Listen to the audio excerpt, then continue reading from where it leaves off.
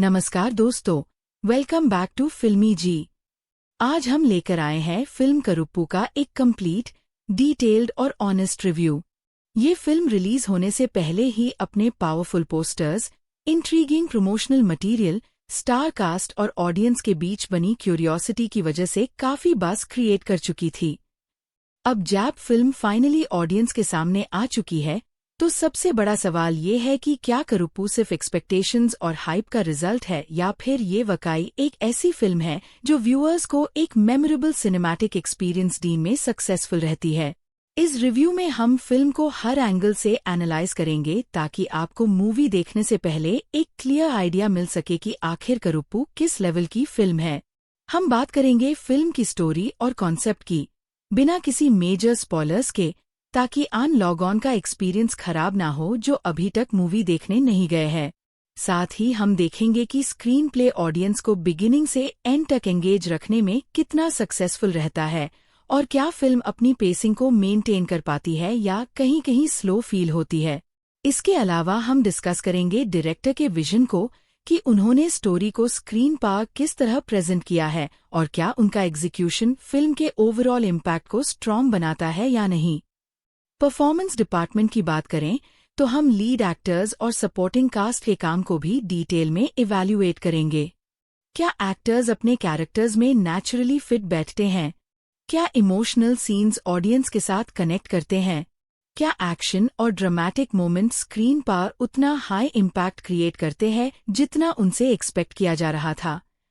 इन सब पॉइंट्स को हम डिटेल में कवर करेंगे।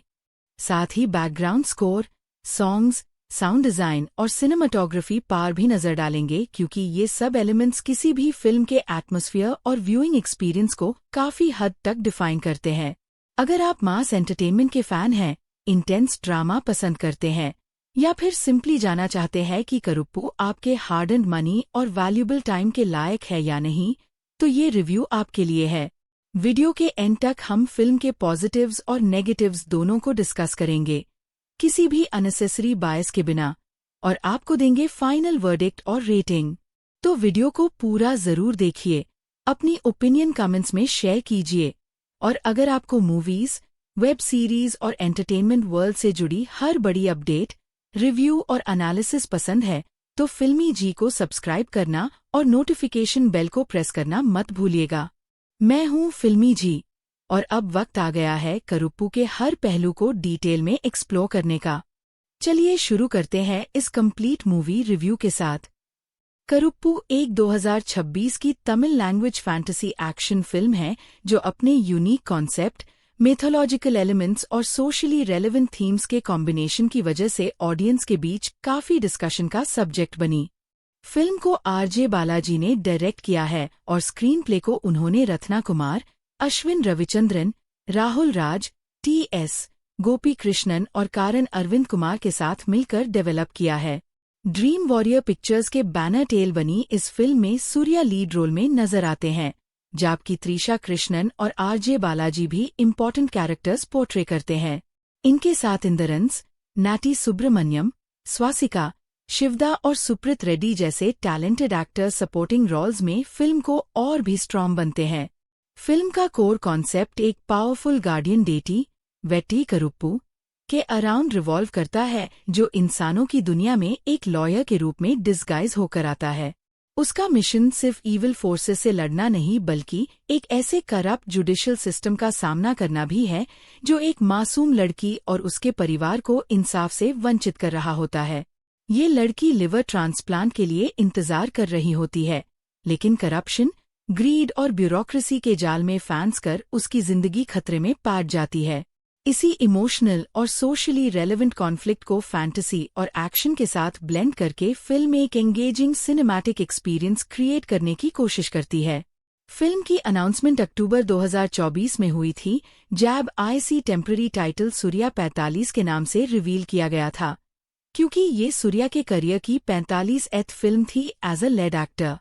अनाउंसमेंट के बाद से ही फैंस के बीच एक्साइटमेंट काफी हाई थी, स्पेशली इसलिए क्योंकि फिल्म एक फ्रेश जॉनर कॉम्बिनेशन लेकर आ रही थी जिसमें मिथोलॉजी, फैंटेसी, कोर्टरूम ड्रामा और मास एक्शन सब कुछ एक साथ देखने को मिलने वाला था।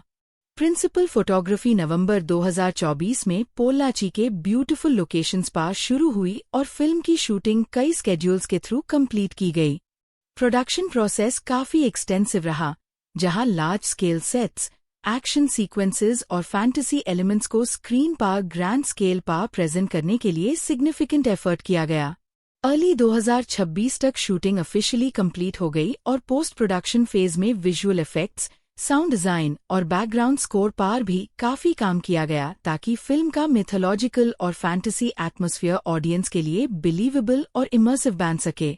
जून 2025 में फिल्म का ऑफिशियल टाइटल करुप्पू अनाउंस किया गया, जिसके बाद ऑडियंस की क्यूरियोसिटी और भी ज्यादा बढ़ गई। फिल्म का music young composer Sai Abhyankar ने कंपोज किया है, जिन्होंने सॉन्ग्स और बैकग्राउंड स्कोर के थ्रू फिल्म के इमोशनल और एक्शन पैक्ड मोमेंट्स को एलिवेट करने की कोशिश की। Cinematography GK. विष्णु ने हैंडल की है और उन्होंने फिल्म के फैंटेसी वर्ल्ड, कोर्टरूम ड्रामा और एक्शन सीक्वेंसेस को विजुअली अपीलिंग बनाने में इम्पोर्टेंट रोल प्ले किया। एडिटिंग का काम आर. कलाइवनन ने संभाला, जिन्होंने फिल्म की नैरेटिव फ्लो और पेसिंग को मेंटेन करने की रिस्पॉन्सिबिलिटी निभाई।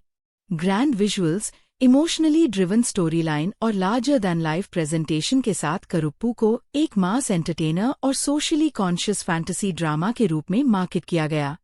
15 मई 2026 को वर्ल्ड वाइड रिलीज हुई करुप्पू ने रिलीज के बाद ऑडियंस और क्रिटिक्स दोनों के बीच mix to positive response receive किया।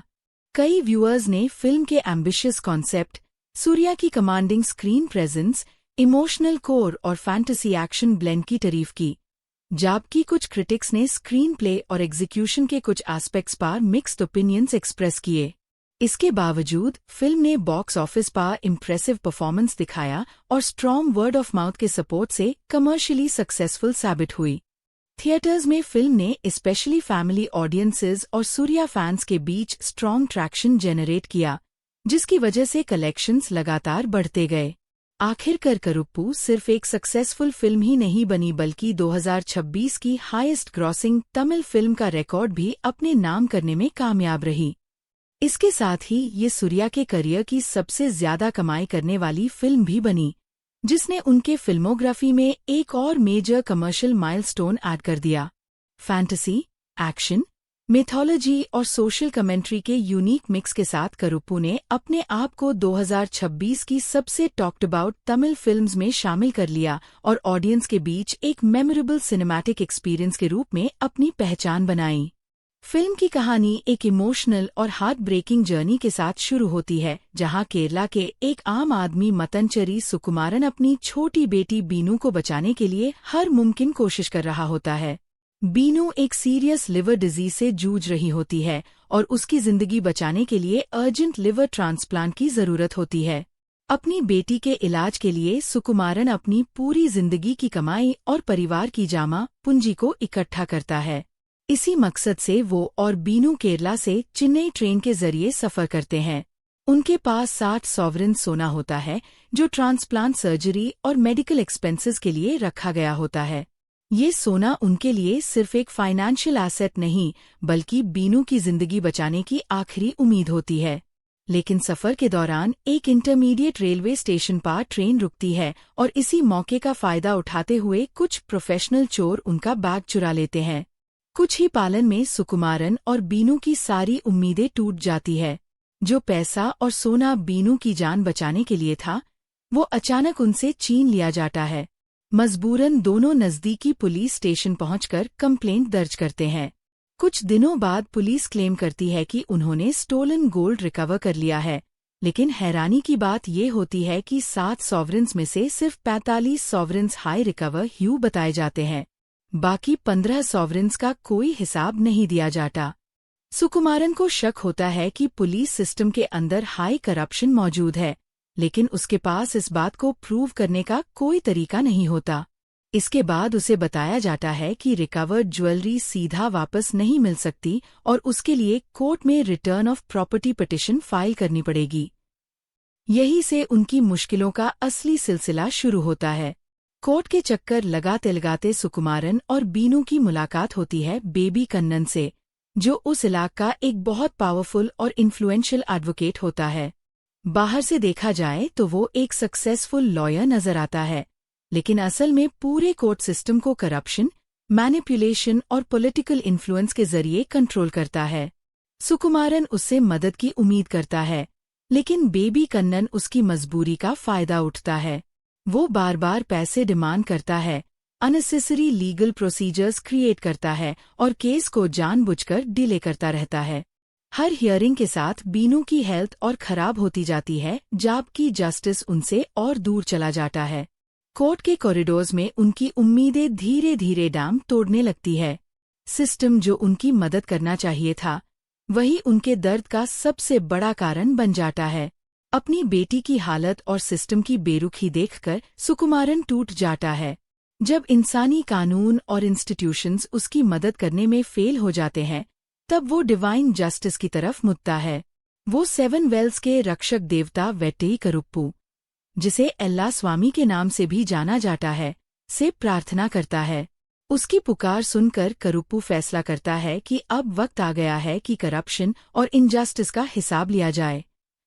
लेकिन सीधे डिवाइन पनिशमेंट डीन के बजाय करुप्पू इंसानों के कानून के अंदर रहकर सिस्टम को चैलेंज करना चाहता है। इसलिए वो एक नए ट्रांसफर होकर आए एडवोकेट सरवनन का रूप धारण करता है और कोर्ट में बीनू के केस को लीगली लड़ने के लिए प्रवेश करता है। कोर्ट में आते ही सरवनन को समझ आ जाता है कि करप्शन कितनी गहरी जद पकड़ चुकी है। जजेस, लॉयर्स, क्लर्क्स और पुलिस ऑफिसर्स के बीच एक ऐसा नेटवर्क बना हुआ है जो सच्चाई और जस्टिस को दबकर रखता है। इसी दौरान उसकी मुलाकात एडवोकेट प्रीति से होती है, जो सिस्टम की बुराइयों से वाकिफ है, लेकिन अकेली होने की वजह से कुछ बड़ा बदलाव नहीं ला पा रही होती। प्रीति सरवनन को बेबी कन्नन की असली ताकत और उसके इन्फ्लुएंस के बारे में बताती है। जब बीनू का केस पहली बार हियरिंग के लिए आता है, बेबी कन्नन अपनी पुरानी ट्रिक्स का इस्तेमाल करता है। वो अलग अलग एडवोकेट्स के नाम पर मल्टीपल पिटिशंस फाइल करवा देता है, जिसे लीगल कंफ्यूजन पैदा हो जाता है और हियरिंग इनवैलिड डिक्लेयर कर दी जाती है।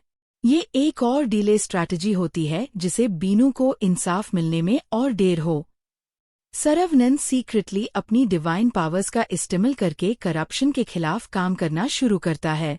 कुछ अजीब और सुपरनैचुरल घटनाएं कोर्ट के अंदर होने लगती है, जिसे सच्चाई धीरे धीरे सामने आने लगती है। प्रीति और बेबी कन्नन दोनों महसूस करते हैं कि सरवनन कोई आम इंसान नहीं है। बेबी कन्नन उसका राज समझ लेता है और यूज चैलेंज करता है कि अगर वो सच में कानून और इंसाफ पर भरोसा करता है तो बिना डिवाइन पावर्स के केस जीत कर दिखाए। सरवनन चैलेंज एक्सेप्ट करता है और सारी लीगल ऑब्स्टिकल्स के बावजूद फाइनली रिकवर्ड ज्वेलरी को सुकुमारन के लिए हासिल कर लेता है। लेकिन ये जीत बहुत देर से आती है। कोर्ट की डिलेस और करप्शन के कारण बीनू को वक्त पर ट्रांसप्लांट नहीं मिल पाता और वो दुनिया छोड़ देती है। ये ट्रेजेडी फिल्म का सबसे इमोशनल और हार्ट ब्रेकिंग मोमेंट बन जाती है। बीनू की मौत सरवनन को अंदर से हिला देती है। अब उसका मिशन सिर्फ एक केस जीतना नहीं रहता, बल्कि पूरे जस्टिस सिस्टम को बदलना बन जाता है। वो फैसला करता है कि अब किसी भी इंसान को जस्टिस के लिए इतना इंतजार नहीं करना पड़ेगा कि उसकी जिंदगी ही खत्म हो जाए। इसी दौरान एक सेक्सुअल असॉल्ट केस सामने आता है, जिसमें एक महिला पावरफुल लॉगॉन के खिलाफ इंसाफ मांग रही होती है।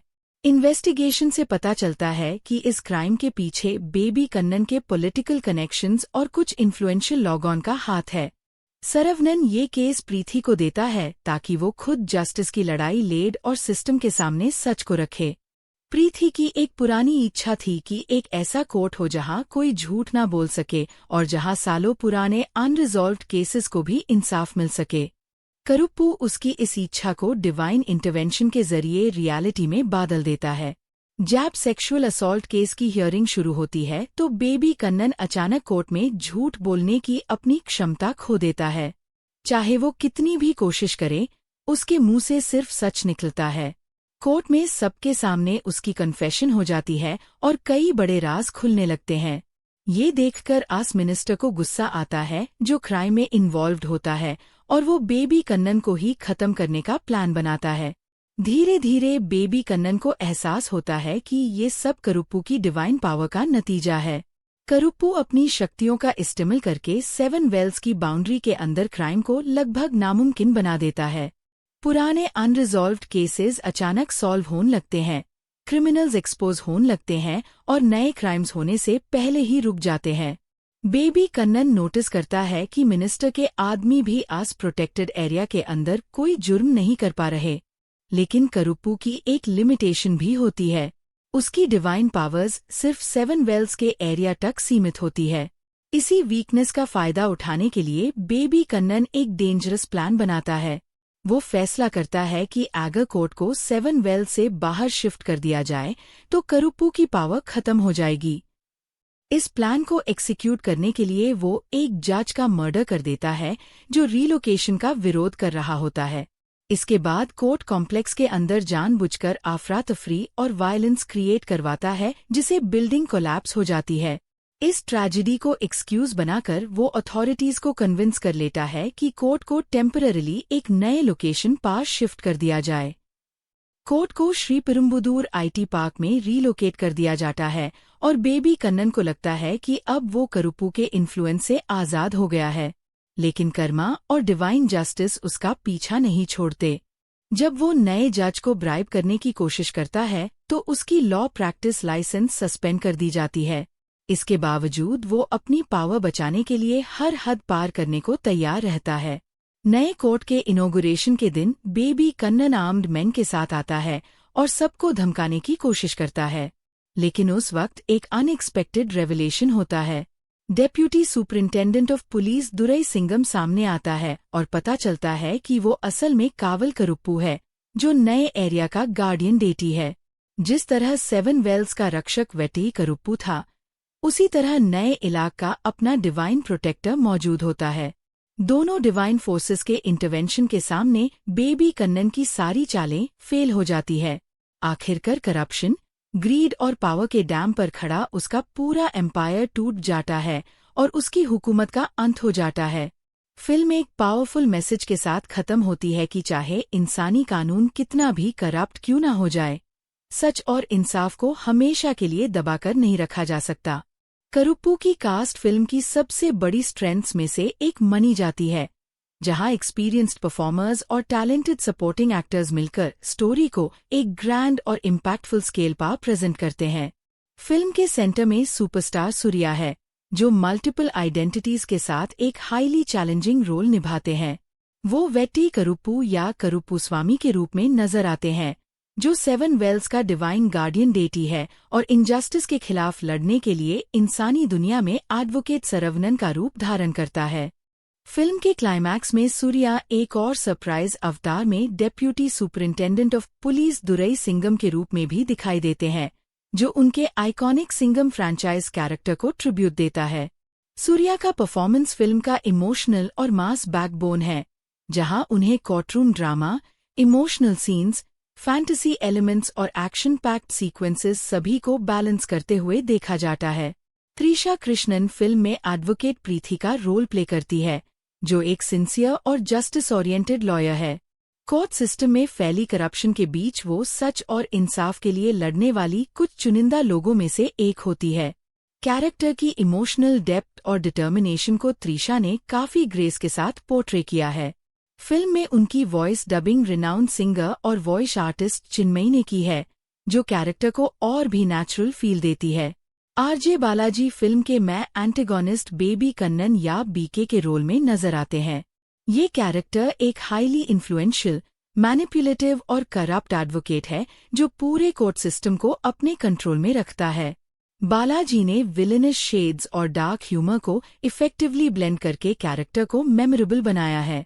इसके अलावा वो एक ब्रीफ कैमियो अपीयरेंस में उसिलामपत्ती करुपैया गांधी यानी यूकेजी के रूप में भी नजर आते हैं, जो उनकी 2019 की फिल्म एलकेजी के टाइटल कैरेक्टर को ट्रिब्यूट देता है। वेटरन मलयालम एक्टर इंद्रंस मतनचेरी सुकुमारन का रोल निभाते हैं, जो फिल्म के सबसे इमोशनल कैरेक्टर्स में से एक है। वो एक हेल्पलेस फादर के रूप में नजर आते हैं जो अपनी बेटी की जान बचाने के लिए सिस्टम के हर दरवाजे पर दस्तक देता है। उनकी परफॉर्मेंस फिल्म के इमोशनल कोर को मजबूत बनती है। यंग एक्ट्रेस अनघा माया रवि बीनू सुकुमारन का रोल प्ले करती है, जो लिवर ट्रांसप्लांट का इंतजार कर रही एक इनोसेंट और वल्नरेबल लड़की है। बीनू का कैरेक्टर पूरी कहानी का इमोशनल ड्राइविंग फोर्स बनता है और ऑडियंस को जस्टिस सिस्टम की फेलियर्स का असली इम्पैक्ट दिखता है। Natty Subramaniam chief metropolitan magistrate Rajnaigam के रोल में नजर आते हैं और कोर्टरूम प्रोसीडिंग्स में एक सिग्निफिकेंट प्रेजेंस रखते हैं। स्वासिका वसंती का रोल निभाती है, जो बेबी कन्नन की ट्रस्टेड असिस्टेंट है और उसके कई इलीगल ऑपरेशंस और लीगल मैनिपुलेशंस में उसका साथ देती है। शिवदा कनमनी के रोल में दिखाई देती है और स्टोरी के इम्पोर्टेंट सपोर्टिंग कैरेक्टर्स में से एक होती है। तेलुगु एक्टर सुप्रीत रेड्डी एक लॉयर और बेबी कन्नन के क्लोज एड के रूप में नजर आते हैं, जो एंटेगोनिस्ट कैंप को और स्ट्रॉन्ग बनाता है। Veteran actor Mansoor Ali Khan stone नाम के कैरेक्टर का रोल प्ले करते हैं, जबकि कराटेकार थी कोल्ड नाम के इंटरेस्टिंग सपोर्टिंग कैरेक्टर के रूप में दिखाई देते हैं। जॉर्ज मरियान कोर्ट क्लर्क के रोल में नजर आते हैं और कोर्टरूम एटमॉस्फेयर में रियलिस्टिक टच ऐड करते हैं। आदुकलम नरमुन चीफ मेट्रोपॉलिटन मैजिस्ट्रेट सौंदर पंडिन का रोल निभाते हैं और जुडिशियल सिस्टम के एक और इम्पोर्टेंट अथॉरिटी फिगर के रूप में फिल्म में शामिल होते हैं। नमो नारायणा थानीगा के रोल में नजर आते हैं, जो बेबी कन्नन का एक और लॉयल असिस्टेंट होता है और उसकी स्कीम्स में एक्टिवली इन्वॉल्व रहता है। वेटरन एक्टर वेला रामामूर्ति लॉ मिनिस्टर वी.एम. पांड्यन के रोल में दिखाई देते हैं। उनका कैरेक्टर पॉलिटिकल पावर और करप्शन के नेक्सस को रिप्रेजेंट करता है और फिल्म के लार्जर कॉन्फ्लिक्ट में इम्पोर्टेंट रोल प्ले करता है। दीपा शंकर सेल्वी के रोल में नजर आती है और सपोर्टिंग कास्ट का एक मीनिंगफुल हिस्सा बनती है। लोलू सभा मारन एस. कुमारन का रोल प्ले करते हैं, जबकि रामचंद्रन दुरैराज एक प्रीस्ट के रूप में दिखाई देते हैं, जो स्पिरिचुअल और डिवाइन एलिमेंट्स को स्टोरी से कनेक्ट करने में मदद करता है। जाफर सादिक ऑस्टिन के रोल में नजर आते हैं और फिल्म के क्राइम ओरिएंटेड नैरेटिव को स्ट्रेंथन करते हैं। पुडुगाई बुपालम पेई या शानमुगम के कैरेक्टर को पोर्ट्रे करते हैं, जो स्टोरी में यूनिक फ्लेवर ऐड करता है। उन्नी माया प्रसाद इंस्पेक्टर थंग मीना का रोल निभाती है और लॉ एनफोर्समेंट साइड को रिप्रेजेंट करती है। फिल्म के सॉन्ग नांगा नालू पेरू में फेमस स्ट्रॉन्गमैन जायंट संजीर खुद के रूप में स्पेशल अपीयरेंस देते हैं। वेट्टी मुथुकुमार और Aroyal D Shankar Tamil Nadu legislative assembly members के रूप में नजर आते हैं, जबकि veteran film personality Chitra Lakshmanan Tamil Nadu legislative assembly speaker का रोल प्ले करते हैं। फिल्म में कुछ इंटरेस्टिंग कैमियो अपीयरेंसेस भी शामिल हैं, जो फैंस के लिए सरप्राइज फैक्टर क्रिएट करते हैं। पॉपुलर एक्टर अजू वर्गीस एक स्पेशल कैमियो रोल में नजर आते हैं। कोरियोग्राफर और एक्टर सैंडी मास्टर भी कैमियो अपीयरेंस देते हैं और अपने फैन फेवरेट कैरेक्टर को रिप्राइज करते हैं। एक्ट्रेस जानी कुंसीलन भी स्पेशल अपीयरेंस करती है और अपने लियो फिल्म के कैरेक्टर को दोबारा स्क्रीन पर लेकर आती है। इन कैमियो रोल्स ने फिल्म के सिनेमैटिक यूनिवर्स को और भी एंगेजिंग बनाया है। ओवरऑल, करुप्पू की cast experienced performers, strong character actors और मेमोरेबल स्पेशल अपीयरेंसेस का एक पावरफुल कॉम्बिनेशन है, जो फिल्म के फैंटेसी, कोर्टरूम ड्रामा और सोशल जस्टिस नैरेटिव को इफेक्टिवली सपोर्ट करते हुए ऑडियंस को एक रिच सिनेमैटिक एक्सपीरियंस प्रोवाइड करती है। Here's a detailed English-Hindi version of the production section written in a narrative style suitable for a movie review or explanation video. करुप्पू की production journey काफी interesting और eventful रही, जिसमें development stage से लेकर final shoot completion तक कई important milestones देखने को मिले। इस प्रोजेक्ट की शुरुआत सितंबर 2024 के आसपास हुई, जब रिपोर्ट सामने आई कि superstar Surya director RJ Balaji के साथ कोलैबोरेट करने वाले हैं। ये आरजे बालाजी के डायरेक्टोरियल करियर का एक एम्बिशियस प्रोजेक्ट माना जा रहा था। इंटरेस्टिंगली, जिस स्क्रिप्ट पर बाद में करुप्पू बनी, वो ओरिजिनली तमिल सुपरस्टार विजय के लिए डेवलप की गई थी और उनकी प्रपोज्ड 69th फिल्म के रूप में कंसिडर की जा रही थी। आरजे बालाजी ने पहले ये स्टोरी विजय को नैरेट की थी, लेकिन किसी वजह से प्रोजेक्ट आगे नहीं बढ़ सका और इवेंचुअली शेल्व हो गया। इसके बाद बालाजी ने इसी स्क्रिप्ट को सूर्या के सामने प्रेजेंट करने का फैसला किया। जब उन्होंने सूर्या को कहानी सुनाई, एक्टर स्क्रिप्ट के यूनिक कॉन्सेप्ट, फैंटेसी एलिमेंट्स और स्ट्रॉन्ग सोशल मैसेज से काफी इम्प्रेस हुए और तुरंत फिल्म का हिस्सा बनने के लिए हाँ कर दी। ये कोलैबोरेशन फैंस के लिए भी एक्साइटिंग था क्योंकि सूर्या पहली बार आरजे बालाजी के डायरेक्शन में काम करने जा रहे थे। फिल्म को ऑफिशियली ड्रीम वॉरियर पिक्चर्स के बैनर टेल प्रोड्यूस किया गया, जिसे एस.आर. प्रभु और एस.आर. प्रकाश बाबू ने बैंकरोल किया। ये प्रोडक्शन हाउस और सूर्या की दूसरी कोलैबोरेशन थी, क्योंकि इसे पहले दोनों एनजीके में साथ काम कर चुके थे। 14 अक्टूबर 2024 को मेकर्स ने फिल्म का ऑफिशियल अनाउंसमेंट किया और उस वक्त प्रोजेक्ट को टेम्पररी टाइटल सूर्या 45 दिया गया, क्योंकि ये सूर्या के करियर की 45th फिल्म थी जिसमें वो लीड रोल में नजर आने वेल द अनाउंसमेंट पोस्टर ने सोशल मीडिया पर काफी अटेंशन अट्रैक्ट किया। पोस्टर में लंबी लंबी सिकल्स और स्पीयर्स दिखाई गई थी, जिनके बीच एक घोड़ा दौड़ता हुआ नजर आ रहा था। इस विजुअल डिजाइन ने फैंस के बीच स्पेकुलेशन शुरू कर दी कि फिल्म एक मिथोलॉजिकल फैंटेसी ड्रामा या फोकडेटी बेस्ड स्टोरी हो सकती है। बाद में ये अजम्पशंस काफी हद तक सही साबित हुई जब फिल्म की एक्चुअल स्टोरी लाइन रिवील हुई। आरजे बालाजी ने स्क्रीन प्ले को अश्विन रविचंद्रन, राहुल राज, टी.एस. गोपी कृष्णन और कारण अरविंद कुमार के साथ मिलकर डेवलप किया। राइटिंग टीम ने फैंटेसी, कोर्टरूम ड्रामा, मिथोलॉजी और सोशल कमेंट्री को कंबाइन करके एक यूनिक नैरेटिव क्रिएट करने की कोशिश की। नवंबर 2024 के एंड तक सिनेमाटोग्राफर जी.के. विष्णु को प्रोजेक्ट का हिस्सा अनाउंस किया गया। ये उनकी तमिल सिनेमा में लगभग 6 साल बाद वापसी थी, क्योंकि उनका पिछला मेजर तमिल प्रोजेक्ट बिगिल था। दिसंबर 2024 में editor R Kalaivanan, production designer Arun Venjaramoodu और एक्शन कोरियोग्राफर विक्रम मोर को भी टेक्निकल क्रू में ऑफिशियली इंक्लूड किया गया। फिल्म का ऑफिशियल टाइटल करुप्पू 20 जून 2025 को अनाउंस किया गया और इंटरेस्टिंगली ये अनाउंसमेंट आरजे बालाजी के बर्थडे के दिन की गई थी, जिसने फैंस के एक्साइटमेंट को और भी ज्यादा बढ़ा दिया। कास्टिंग प्रोसेस भी काफी इंटरेस्टिंग रहा। नवंबर 2024 में रिपोर्ट्स आई कि त्रिशा कृष्णन फिल्म की लीडिंग लेडी होंगी। अगर ये कास्टिंग फाइनल होती तो सूर्या और त्रिशा लगभग 2 दशकों बाद फिर एक साथ स्क्रीन शेयर करते। इसे पहले दोनों मोनम पेसियाधे, आयुथा एजहुथु और अरु जैसे फिल्म्स में साथ नजर आ चुके थे। दिसंबर 2024 में मेकर्स ने ऑफिशियली कंफर्म कर दिया कि त्रिशा फिल्म का हिस्सा है। कैरेक्टर के लिए उनकी वॉइस डबिंग चिन्मयी ने की। इसी पीरियड में मलयालम सिनेमा के वेटरन एक्टर इंद्रंस और एक्ट्रेस स्वासिका को भी कास्ट में ऑफिशियली शामिल किया गया।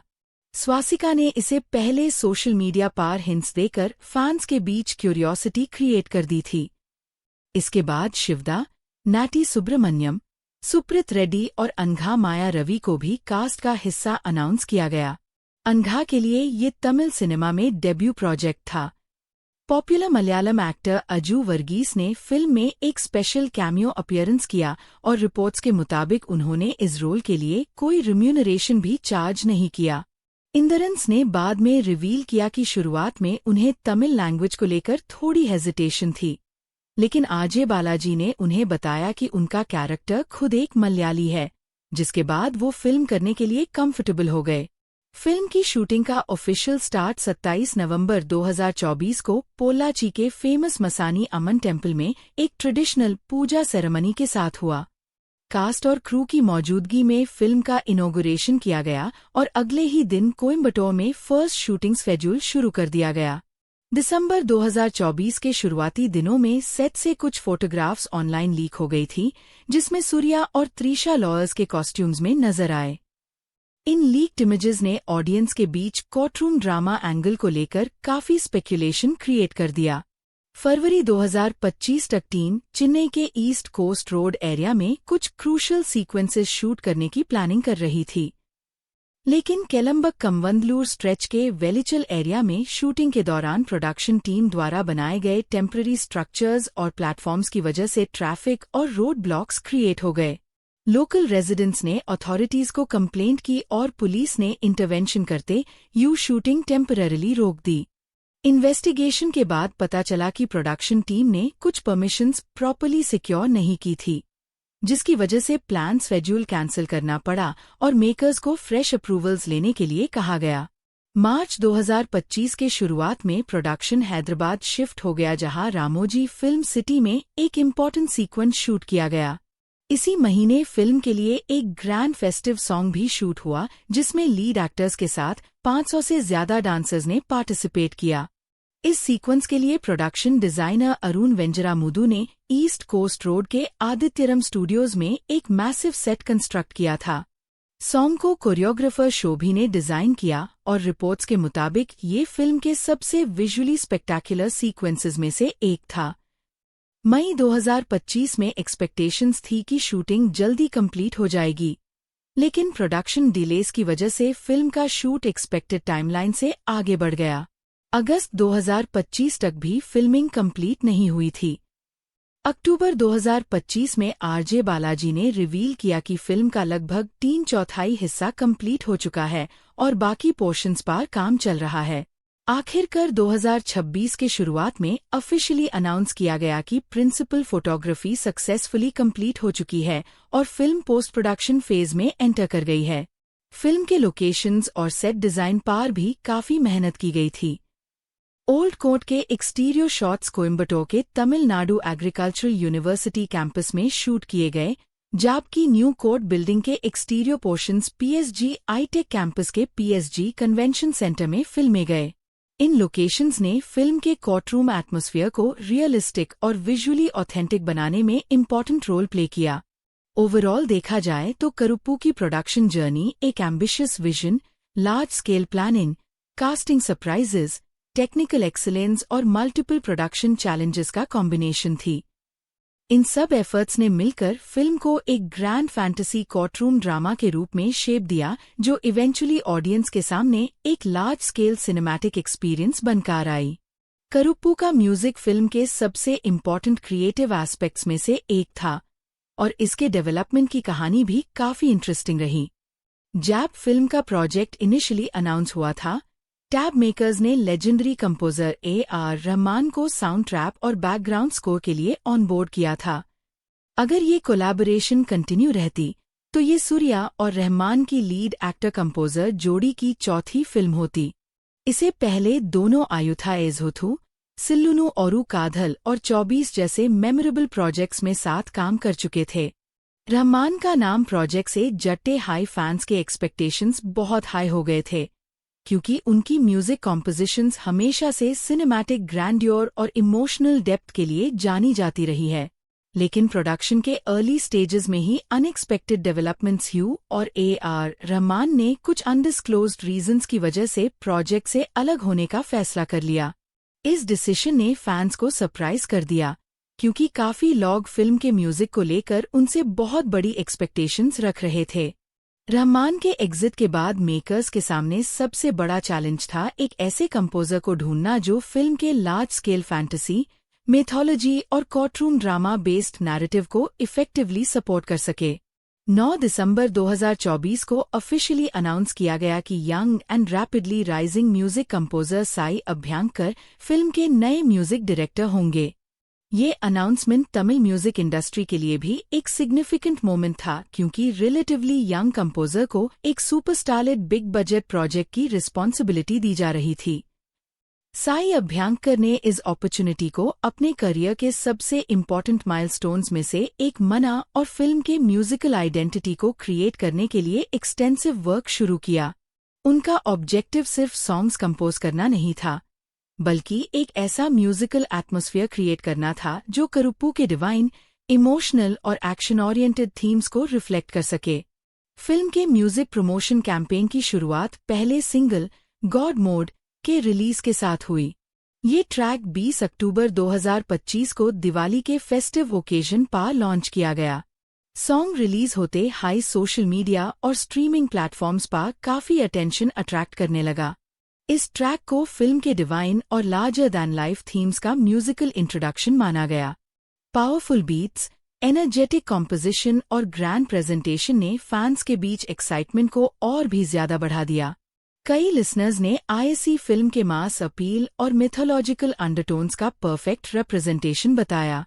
इसके बाद फिल्म का सेकंड सिंगल नांगा नालू पेरू 23 मार्च 2026 को रिलीज किया गया। ये सॉन्ग पहले ट्रैक के कंपैरिजन में एक अलग फ्लेवर लेकर आया और ऑडियंस को फिल्म के फेस्टिव और एंटरटेनिंग साइड की झलक दिखाई। सॉन्ग की कोरियोग्राफी और लार्ज स्केल विजुअल प्रेजेंटेशन को लेकर भी काफी डिस्कशन हुई, क्योंकि इस सीक्वेंस के लिए हंड्रेड्स ऑफ डांसर्स के साथ ग्रैंड सेट पर शूटिंग की गई थी। ट्रैक ने रिलीज के बाद ऑडियंस के बीच अच्छी पॉपुलैरिटी हासिल की और फिल्म के प्रमोशनल कैंपेन को मोमेंटम डी में इम्पोर्टेंट रोल प्ले किया। फिल्म का तीसरा और परहैप्स सबसे सेलिब्रेटेड सिंगल रातू रासन था, जो 14 अप्रैल 2026 को तमिल न्यू ईयर के स्पेशल ओकेजन पर रिलीज किया गया। इस सॉन्ग ने रिलीज के तुरंत बाद फैंस और म्यूजिक लवर्स का अटेंशन अट्रैक्ट किया। ट्रैक में साई अभ्यंकर और फोक सिंगर वीएम महालिंगम ने वोकल्स दिए और ये दोनों आर्टिस्ट्स की पहली कोलैबोरेशन थी। सॉन्ग की एक और खास बात थी रैपर पाल डब्बा की पार्टिसिपेशन, जिन्होंने साई अभ्यंकर के साथ फिर से कोलैबोरेट किया। इसे पहले दोनों डूड फिल्म के पॉपुलर ट्रैक ऊरम ब्लड में साथ काम कर चुके थे। रातू रासन के लिरिक्स नोटेड लिरिसिस्ट विवेक ने लिखे थे, जिन्होंने ट्रेडिशनल कल्चरल रेफरेंसेस और मॉडर्न म्यूजिकल स्टाइल को कंबाइन करके सॉन्ग को एक यूनिक आइडेंटिटी दी। सॉन्ग की फोक एनर्जी, पावरफुल वोकल्स और कैची रिदम ने आईसी एल्बम के स्टैंड आउट ट्रैक्स में शामिल कर दिया। फिल्म के रिलीज के आसपास म्यूजिक प्रमोशंस को कंटिन्यू रखते हुए 13 मई 2026 को वीरप्पा एक्सटेंडेड नाम का एक extended version track digitally release किया गया।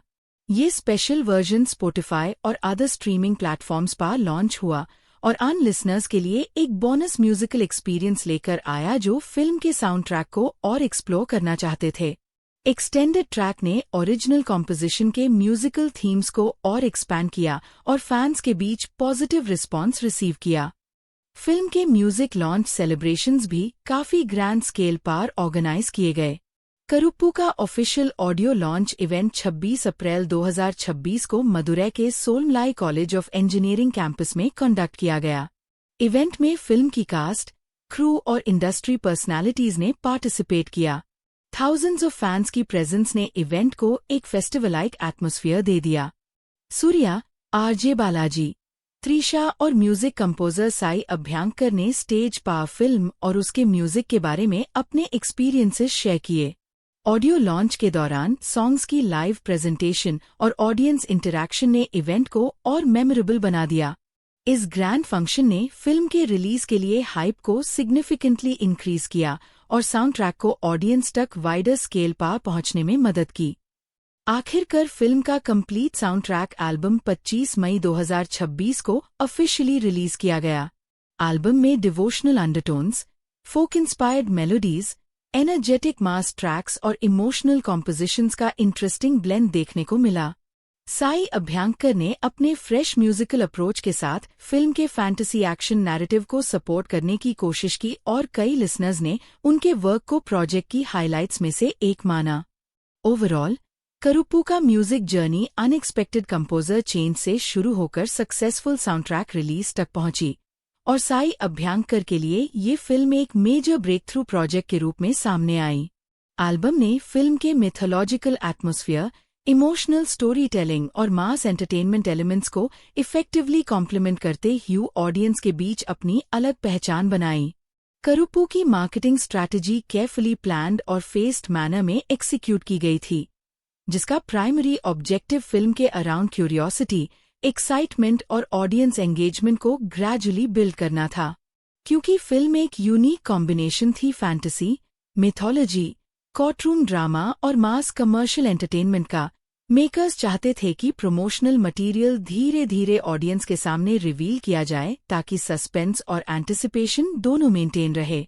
फिल्म की प्रमोशनल जर्नी का सबसे पहला मेजर माइलस्टोन 23 जुलाई 2025 को देखने को मिला, जब मेकर्स ने फिल्म का highly anticipated first teaser release किया। ये डेट भी स्पेशली चूज की गई थी क्योंकि ये सुपरस्टार सूर्या का बर्थडे था। हर साल की तरह फैंस उनके बर्थडे पर किसी स्पेशल अनाउंसमेंट या कंटेंट का इंतजार कर रहे थे और करुप्पू का टीजर उनके लिए एक स्पेशल गिफ्ट के रूप में लॉन्च किया गया। टीजर रिलीज होते हाई सोशल मीडिया प्लेटफॉर्म्स पर वायरल हो गया और फैंस के बीच काफी डिस्कशन का टॉपिक बन गया।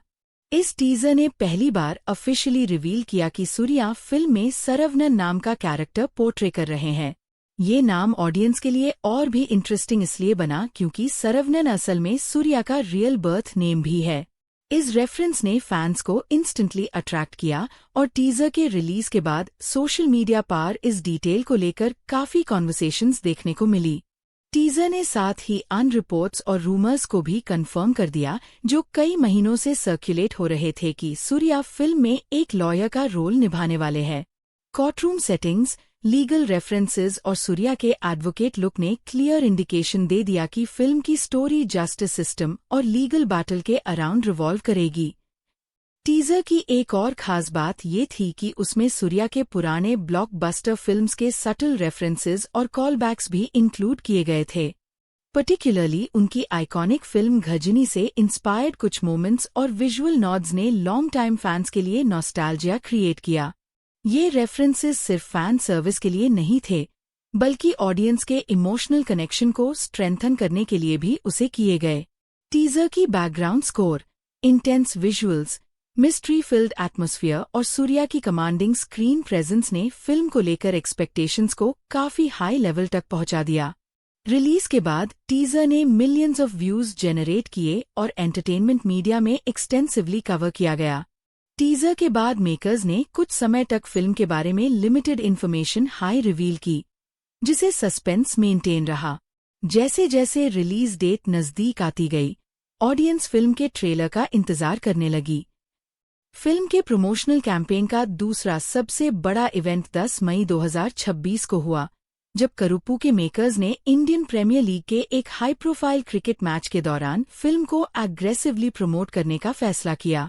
ये मैच चेन्नई सुपर किंग्स और लखनऊ सुपर जायंट्स के बीच खेला जा रहा था और लाखों क्रिकेट फैंस टेलीविजन और डिजिटल प्लेटफॉर्म्स के जरिए इस इवेंट को देख रहे थे। इस मैसिव व्यूअरशिप का फायदा उठाते हुए फिल्म की टीम ने इसी प्लेटफॉर्म पर अपनी प्रेजेंस दर्ज कराई। आईपीएल मैच के दौरान करुप्पू के कास्ट और क्रू मेंबर्स स्पेशल गेस्ट्स के रूप में इवेंट में शामिल हुए। स्टेडियम में उनकी अपीयरेंस ने फैंस और मीडिया दोनों का अटेंशन अट्रैक्ट किया। इसी प्रमोशनल इवेंट के दौरान फिल्म का ऑफिशियल ट्रेलर भी अनवेल किया गया। ट्रेलर लॉन्च को एक ग्रैंड इवेंट की तरह प्रेजेंट किया गया, जहां स्पोर्ट्स और सिनेमा दोनों ऑडियंसेस को टारगेट करने की स्ट्रैटेजी अडॉप्ट की गई। ट्रेलर ने फिल्म के scale, action sequences, courtroom drama, emotional story line और मिथोलॉजिकल एलिमेंट्स की डिटेल झलक दिखाई। सूर्या के पावरफुल स्क्रीन प्रेजेंस, त्रिशा के कैरेक्टर, आरजे बालाजी के एंटागोनिस्ट रोल और फिल्म के फैंटेसी ड्रिवन कॉन्फ्लिक्ट को प्रोमिनेंटली शोकेस किया गया। ट्रेलर रिलीज के तुरंत बाद सोशल मीडिया प्लेटफॉर्म्स पर वाइड स्प्रेड डिस्कशन शुरू हो गई और फैंस ने फिल्म के विजुअल्स, डायलॉग्स और कॉन्सेप्ट को लेकर पॉजिटिव रिएक्शंस शेयर किए। ट्रेलर लॉन्च से पहले आरजे बालाजी ने मीडिया इंटरैक्शंस के दौरान रिवील किया कि फिल्म का प्रमोशनल कैंपेन ओरिजिनली और पहले शुरू किया जाना था, लेकिन कई एक्सटर्नल फैक्टर्स की वजह से मार्केटिंग एक्टिविटीज में डिले हुआ। उन्होंने एक्सप्लेन किया कि 2026 तमिलनाडु लेजिस्लेटिव असेंबली इलेक्शंस के कारण स्टेट में पॉलिटिकल एटमॉस्फेयर काफी एक्टिव था और इसी वजह से फिल्म के प्रमोशनल प्लान्स को केयरफुली एडजस्ट करना पड़ा। मेकर्स नहीं चाहते थे कि इलेक्शन रिलेटेड न्यूज साइकिल के बीच फिल्म की पब्लिसिटी ओवरशैडो हो जाए। इसके अलावा कुछ शेड्यूलिंग और स्ट्रैटेजिक कंसिडरेशंस भी थे जिनकी वजह से मार्केटिंग टाइमलाइन को रिवाइज करना पड़ा। जब फाइनली कैंपेन को फुल स्केल पर लॉन्च किया गया, तो मेकर्स ने teaser, trailer, media appearances, interviews और पब्लिक इवेंट्स के कॉम्बिनेशन का इस्तेमाल करके फिल्म के लिए स्ट्रॉन्ग प्री रिलीज बस क्रिएट किया। ओवरऑल देखा जाए तो करुप्पू की marketing strategy quality over quantity approach पर बेस्ड थी। मेकर्स ने लिमिटेड लेकिन इम्पैक्टफुल प्रमोशनल कंटेंट रिलीज किया, जिसमें टीजर और ट्रेलर सबसे इम्पोर्टेंट पिलर्स रहे। सूर्या के स्टार पावर, आरजे बालाजी के इंटरव्यूज, आईपीएल जैसे मैसिव प्लेटफॉर्म पर ट्रेलर लॉन्च और केयरफुली टाइम्ड पब्लिसिटी एक्टिविटीज ने मिलकर फिल्म के अराउंड स्ट्रॉन्ग एंटिसिपेशन क्रिएट की।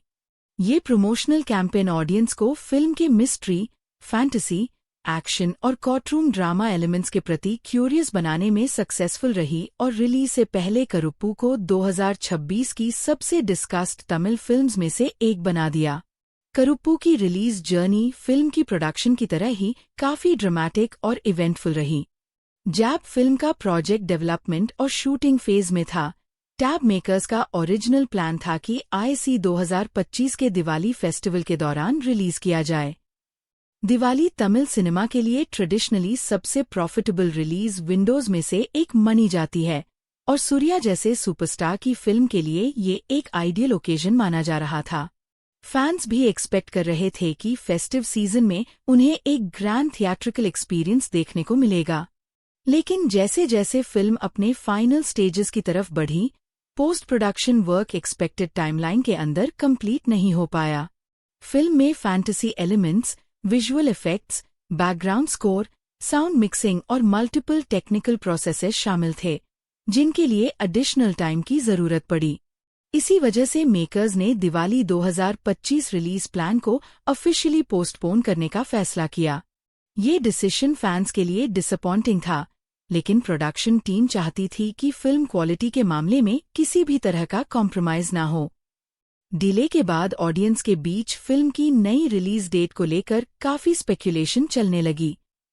फरवरी 2026 में डायरेक्टर RJ बालाजी ने एक इंटरैक्शन के दौरान क्लैरिफाई किया कि film Tamil Nadu legislative assembly elections के बाद हाई रिलीज होगी। इलेक्शंस के दौरान पॉलिटिकल एटमॉस्फेयर और मीडिया कवरेज बहुत एक्टिव रहती है, जिसके चलते मेकर्स नहीं चाहते थे कि फिल्म की पब्लिसिटी और ऑडियंस अटेंशन किसी और मेजर इवेंट के साथ क्लैश करे। इस स्टेटमेंट के बाद फैंस को क्लियर इंडिकेशन मिल गया कि फिल्म इलेक्शन पीरियड के बाद थिएटर्स में आएगी। मार्च 2026 में मेकर्स ने फाइनली ऑफिशियल अनाउंसमेंट की और रिवील किया कि करुप्पू वर्ल्ड वाइड 14 मई 2026 को रिलीज होगी। अनाउंसमेंट के साथ प्रमोशनल कैंपेन भी और एग्रेसिव हो गया। फिल्म को तमिल लैंग्वेज के अलावा वाइडर साउथ इंडियन ऑडियंस तक पहुंचने के लिए तेलुगु डब्ड वर्जन भी प्रिपेयर किया गया, जिसका टाइटल वीरभद्रुदु रखा गया। तेलुगु मार्केट में सूर्या की स्ट्रॉन्ग फैन फॉलोइंग को देखते ह्यू मेकर्स को उम्मीद थी कि डब्ड वर्जन भी सब्सटैंशियल बिजनेस जेनरेट करेगा। रिलीज डेट अनाउंसमेंट के बाद एडवांस बुकिंग्स और प्रमोशनल एक्टिविटीज स्टेडीली इंक्रीज होने लगी और फिल्म को लेकर एक्साइटमेंट पीक पर पहुंच गई। लेकिन रिलीज के बिल्कुल पहले फिल्म एक अनएक्सपेक्टेड कंट्रोवर्सी और फाइनेंशियल क्राइसिस का शिकार हो गई। रिलीज से एक दिन पहले प्रोड्यूसर S.R. प्रभु ने ऑफिशियली अनाउंस किया कि फिल्म के अर्ली मॉर्निंग शोज, जो रिलीज डे पर सुबह 9 बजे से स्टार्ट होने वाले थे, कैंसिल कर दिए गए हैं। ये खबर सुनते हाई फैंस और थिएटर ओनर्स के बीच कंफ्यूजन का माहौल पैदा हो गया। रिपोर्ट सामने आई कि प्रोडक्शन बैनर के कुछ फाइनेंशियल ऑब्लिगेशंस और आउटस्टैंडिंग पेमेंट्स अभी तक सेटल नहीं हुए थे। इन रिपोर्ट्स के मुताबिक चेन्नई के EVP स्टूडियो से जूड लोकेशन चार्जेस और कुछ अन्य डेब्ट्स के इश्यूज रिलीज प्रोसेस में कॉम्प्लिकेशंस क्रिएट कर रहे थे। फाइनेंशियल क्लियरेंसेस कंप्लीट ना होने की वजह से डिस्ट्रीब्यूशन और स्क्रीनिंग परमिशंस को लेकर डिफिकल्टीज सामने आने लगी। रिलीज डे यानी 14 मई 2026 की सुबह सिचुएशन और भी कॉम्प्लिकेटेड हो गई। कई थिएटर्स में मॉर्निंग शोज के साथ साथ नून और मैटिनी शोज भी कैंसिल कर दिए गए। ऑडियंस जो टिकट्स बुक कर चुकी थी, उन्हें अनसर्टेनिटी का सामना करना पड़ा और सोशल मीडिया पर फिल्म के डिले को लेकर डिस्कशंस और रूमर्स तेजी से फैलने लगे। इंडस्ट्री सर्कल्स में ये बात सर्कुलेट होने लगी कि प्रोडक्शन हाउस के फाइनेंशियल इश्यूज फिल्म के थिएट्रिकल रोलआउट को डायरेक्टली इम्पैक्ट कर रहे हैं। इस पूरी सिचुएशन के बीच RJ बालाजी ने ऑप्टिमिज्म दिखाते हुए कहा कि उन्हें उम्मीद है फिल्म शाम तक रिलीज हो जाएगी और इश्यूज रिजॉल्व कर लिए जाएंगे। लेकिन दिन भर की डेवलपमेंट्स के बाद क्लियर हो गया कि करुप्पू अपनी ओरिजिनली अनाउंस्ड डेट पर थिएटर्स तक नहीं पहुंच पाएगी। इसी दिन एक और अनएक्सपेक्टेड प्रॉब्लम सामने आई। जैब रिपोर्ट्स मिली कि फिल्म कुछ नॉर्थ इंडियन थिएटर्स में अनऑफिशियल और अनऑथराइज्ड स्क्रीनिंग्स के जरिए दिखाई जा रही है। जैब ऑफिशियल रिलीज हाई डिले हो चुकी थी, तब भी कुछ लोकेशंस पर फिल्म इलीगली स्क्रीन की गई और अनस्क्रीनिंग्स के क्लिप्स इंटरनेट पर लीक होने लगे। ऑनलाइन लीक्स ने मेकर्स के लिए एक और चैलेंज क्रिएट कर दिया, क्योंकि फिल्म की सिक्योरिटी और ऑडियंस एक्सपीरियंस दोनों को नुकसान पहुंचने का खतरा बढ़ गया था। सोशल मीडिया प्लेटफॉर्म्स पर लीक्ड वीडियोज और स्क्रीनशॉट सर्कुलेट होने लगे, जिसने फिल्म के रिलीज के आसपास और भी कंट्रोवर्सी जेनरेट कर दी। कई घंटों की अनसर्टेनिटी, फाइनेंशियल निगोशिएशंस और लीगल फॉर्मेलिटीज के बाद आखिरकार रिलीज रिलेटेड इश्यूज को रिजॉल्व कर लिया गया। फिल्म को एक दिन के डिले के बाद ऑफिशियली वर्ल्ड वाइड रिलीज किया गया। करुप्पू फाइनली 15 मई 2026 को ग्लोबल थिएटर्स में पहुंची और ऑडियंस ने लंबे इंतजार के बाद फिल्म को बड़े पर्दे पर देखा। रिलीज के पहले दिन जो प्रॉब्लम्स और ऑब्स्टिकल्स सामने आए थे, उनके बावजूद फिल्म ने थिएटर्स में स्ट्रॉन्ग ऑडियंस टर्नआउट अट्रैक्ट किया। फैंस ने रिलीज डिले और कंट्रोवर्सीज को पीछे छोड़कर फिल्म को सपोर्ट किया और इवेंचुअली करुप्पू बॉक्स ऑफिस पर एक मेजर कमर्शियल सक्सेस बनकर उभरी। इस तरह फिल्म की थिएट्रिकल रिलीज जर्नी एक सिंपल लॉन्च से कहीं ज्यादा ड्रामेटिक साबित हुई, जहां delays, financial hurdles, cancel shows, unofficial screenings और लास्ट मिनट चैलेंजेस के बाद भी फिल्म सक्सेसफुली ऑडियंस तक पहुंचने में कामयाब रही। करुप्पू ने रिलीज के बाद सिर्फ ऑडियंस के बीच ही नहीं बल्कि बॉक्स ऑफिस पर भी एक पावरफुल इम्पैक्ट क्रिएट किया। रिलीज से पहले फिल्म को मल्टीपल डिलेज, फाइनेंशियल हर्डल्स और लास्ट मिनट रिलीज इश्यूज का सामना करना पड़ा था, जिसकी वजह से इंडस्ट्री ऑब्जर्वर्स को इस बात का डाउट था कि क्या ये प्रॉब्लम्स फिल्म के कमर्शियल परफॉर्मेंस को अफेक्ट करेंगी।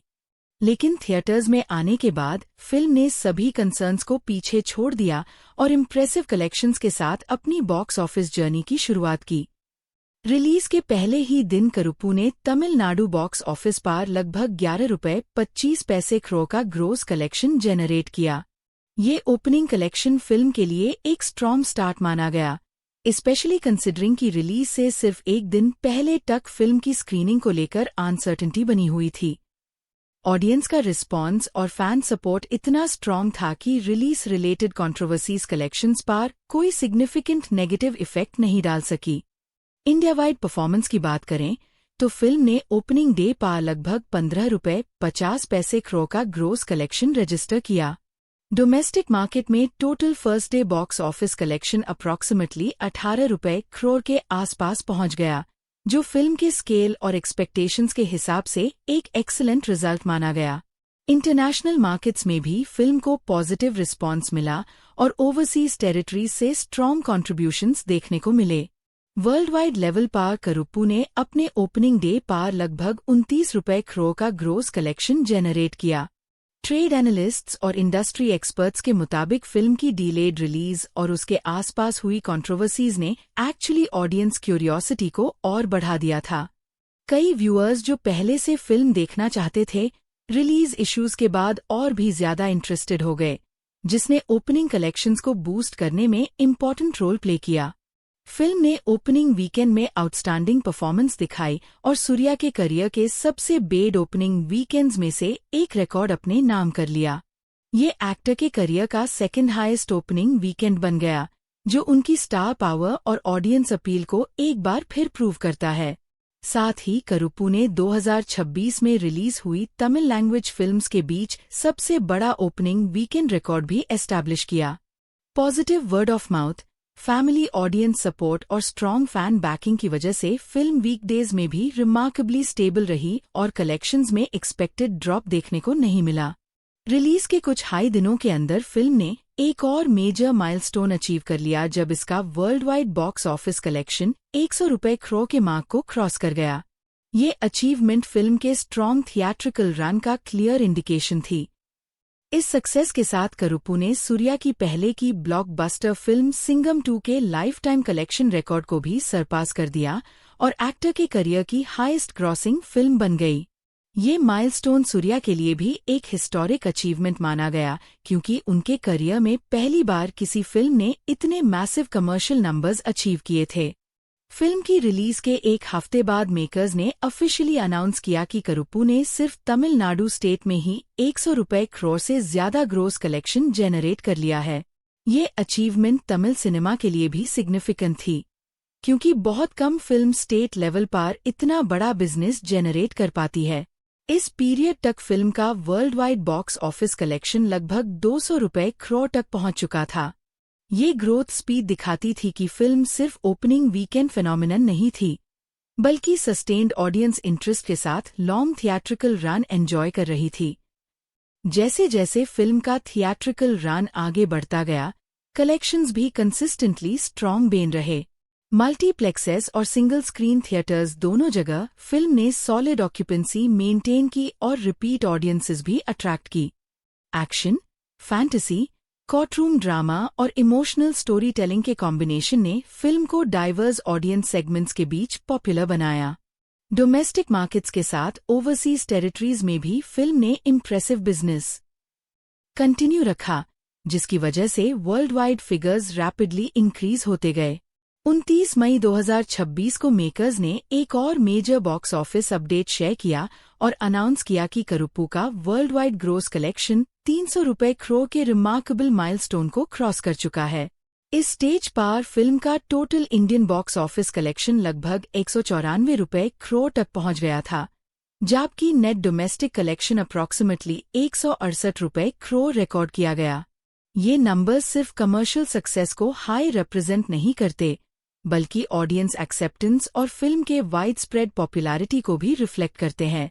फैंटेसी, मिथोलॉजी और कोर्टरूम ड्रामा जैसे रिलेटिवली अनकॉमन जॉनर कॉम्बिनेशन के बावजूद फिल्म ने मास ऑडियंस के साथ स्ट्रॉन्ग कनेक्शन एस्टैब्लिश किया और बॉक्स ऑफिस पर एक्स्ट्रा ऑर्डिनरी परफॉर्मेंस डिलीवर की।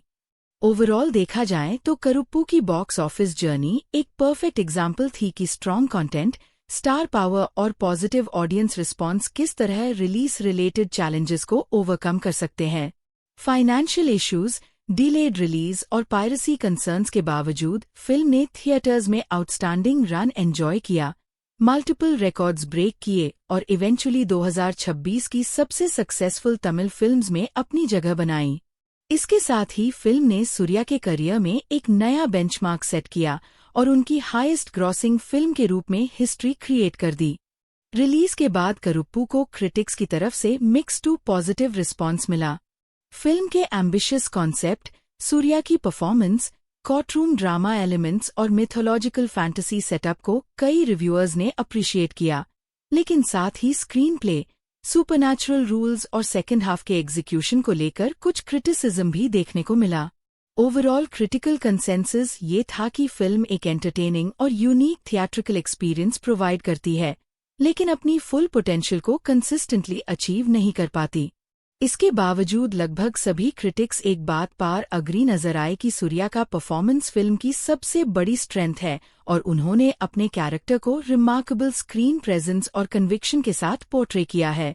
द टाइम्स ऑफ इंडिया के क्रिटिक एम. सुगंध ने फिल्म को 2.5 आउट ऑफ 5 स्टार्स दिए और कहा कि जब तक फिल्म कोर्टरूम ड्रामा और लीगल प्रोसीडिंग्स पर फोकस करती है, तब तक ये काफी एंगेजिंग और इफेक्टिव लगती है।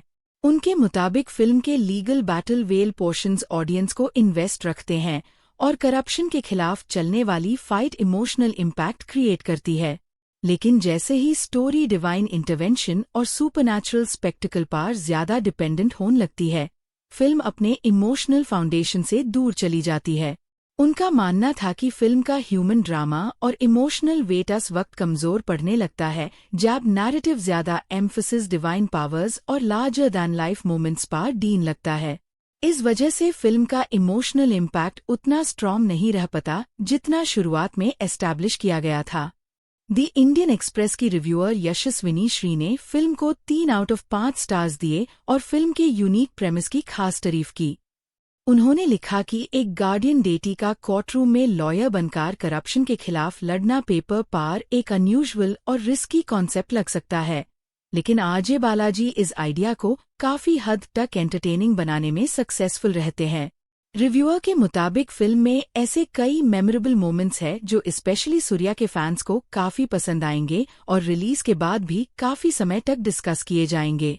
उन्होंने सूर्या की परफॉर्मेंस को एक्टर के रीसेंट करियर की स्ट्रॉन्गेस्ट परफॉर्मेंसेज में से एक बताया, लेकिन उनका ये भी मानना था कि फिल्म का स्क्रीन प्ले धीरे धीरे अपनी डायरेक्शन लूज कर देता है और स्टोरी की कंसिस्टेंसी मेंटेन नहीं कर पाता। उनके हिसाब से सूर्या ने जिस लेवल का परफॉर्मेंस दिया है, फिल्म आस लेवल की क्वालिटी को पूरी तरह मैच नहीं कर पाती। इसलिए उन्होंने फिल्म को एंटरटेनिंग लेकिन इम्परफेक्ट सिनेमैटिक एक्सपीरियंस के रूप में डिस्क्राइब किया।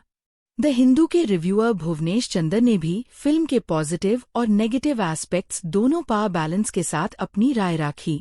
उन्होंने लिखा कि सूर्या के गॉड मोड, मोमेंट्स ऑडियंस के लिए हाईली एंटरटेनिंग और क्राउड प्लीजिंग है। जब भी फिल्म अपने मास और फैंटेसी एलिमेंट्स को एम्ब्रेस करती है, टैब स्क्रीन पर काफी एक्साइटमेंट क्रिएट होती है। लेकिन उनके मुताबिक फिल्म का इमोशनल स्ट्रक्चर इंटरवल के बाद धीरे धीरे वीक होने लगता है। रिव्यूअर ने खास तौर पर फिल्म के सुपरनैचुरल वर्ल्ड बिल्डिंग को क्रिटिसिज्म का सब्जेक्ट बनाया। उनका मानना था कि फिल्म अपने डिवाइन पावर्स और सुपरनैचुरल रूल्स को क्लियरली डिफाइन नहीं करती। कई सिचुएशंस में पावर्स का इस्तेमाल सिर्फ प्लॉट को आगे बढ़ाने के लिए किया जाता है, जिसकी वजह से कंसिस्टेंसी और लॉजिक पर सवाल उठते हैं। इस इनकंसिस्टेंसी की वजह से कुछ ड्रामेटिक मोमेंट्स अपना डिजायर्ड इम्पैक्ट अचीव नहीं कर पाते। ओवरऑल देखा जाए तो क्रिटिक्स ने करुप्पू को एक एम्बिशियस और डिफरेंट अटेम्प्ट के रूप में देखा, जो कोर्टरूम ड्रामा, फैंटेसी मिथोलॉजी और सोशल कमेंट्री को कंबाइन करने की कोशिश करती है। रिव्यूअर्स ने जनरली सूर्या के पावरफुल परफॉर्मेंस, आरजे बालाजी के इंटरेस्टिंग कॉन्सेप्ट, फिल्म के मास मोमेंट्स और इमोशनल कोर को अप्रिशिएट किया। साथ ही स्क्रीन प्ले की अनइवननेस, सुपरनैचुरल एलिमेंट्स की इनकंसिस्टेंट हैंडलिंग और सेकेंड हाफ के एग्जीक्यूशन को फिल्म की मेजर वीकनेसेस के रूप में पॉइंट आउट किया गया। मिक्स टू पॉजिटिव रिव्यूज के बावजूद ऑडियंस रिस्पांस काफी स्ट्रॉन्ग रहा और फिल्म ने थिएटर्स में इम्प्रेसिव बॉक्स ऑफिस सक्सेस हासिल की, जिसे ये साबित हुआ कि कमर्शियल लेवल पर करुप्पू ने व्यूअर्स के साथ एक स्ट्रॉन्ग कनेक्शन एस्टैब्लिश करने में कामयाबी हासिल की। करुप्पू एक ऐसी फिल्म है जो इंडियन सिनेमा के अन क्लासिक कॉन्सेप्ट्स को फॉलो करती है, जहां डिवाइन पावर्स या भगवान इंसानी दुनिया में आकार इनजस्टिस के खिलाफ लड़ते हैं। लेकिन आरजे बालाजी इस फैमिलियर कॉन्सेप्ट को एक यूनिक मास कमर्शियल ट्रीटमेंट देते हैं। यहाँ भगवान सिर्फ एक स्पिरिचुअल या फिलोसॉफिकल फिगर नहीं है, बल्कि एक फुल फ्लेज्ड मास हीरो के रूप में प्रेजेंट किए गए हैं, जिनके पास पावरफुल एंट्री सीन्स, पंच डायलॉग्स, एलिवेशन मोमेंट्स और विसलवर्दी सीक्वेंसेस भी है। इसी वजह से करुप्पू शुरुआत से ही एक अलग आइडेंटिटी क्रिएट कर लेती है। Film courtroom drama, fantasy mythology और कमर्शियल एंटरटेनमेंट को कंबाइन करने की कोशिश करती है और काफी हद तक ऑडियंस को एंगेज भी रखती है। फिल्म का स्ट्रॉन्गेस्ट एस्पेक्ट इसका फर्स्ट हाफ है। कहानी जैब मतनचेरी सुकुमारन और उसकी बीमार बेटी बीनू के स्ट्रगल पर फोकस करती है। टैब ऑडियंस इमोशनली काफी इन्वेस्ट हो जाती है।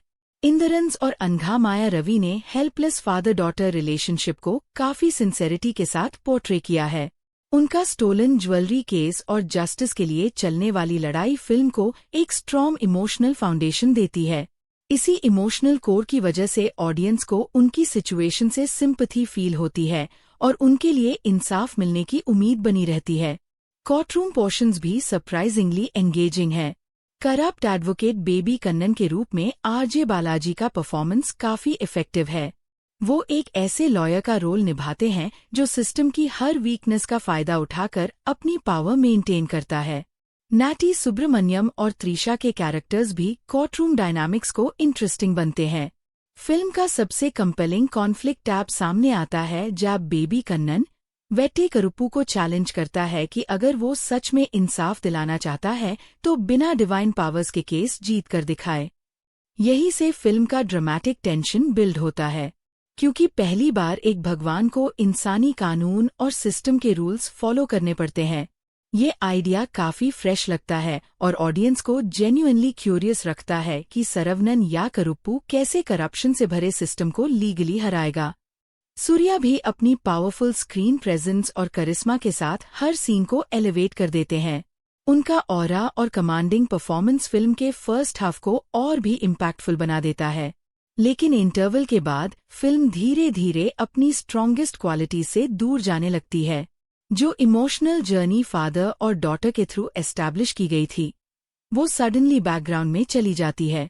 एक मेजर इमोशनल ट्रेजेडी के बाद भी फिल्म इस दर्द को प्रॉपर्ली एक्सप्लोर नहीं करती और जल्दी से नेक्स्ट स्टोरी लाइन की तरफ मूव कर जाती है। ऑडियंस को इमोशनल इम्पैक्ट फील करने का पूरा वक्त नहीं दिया जाता। इस वजह से फर्स्ट हाफ में बिल्ड की गई इमोशनल इन्वेस्टमेंट सेकेंड हाफ में उतनी स्ट्रांगली कंटिन्यू नहीं हो पाती।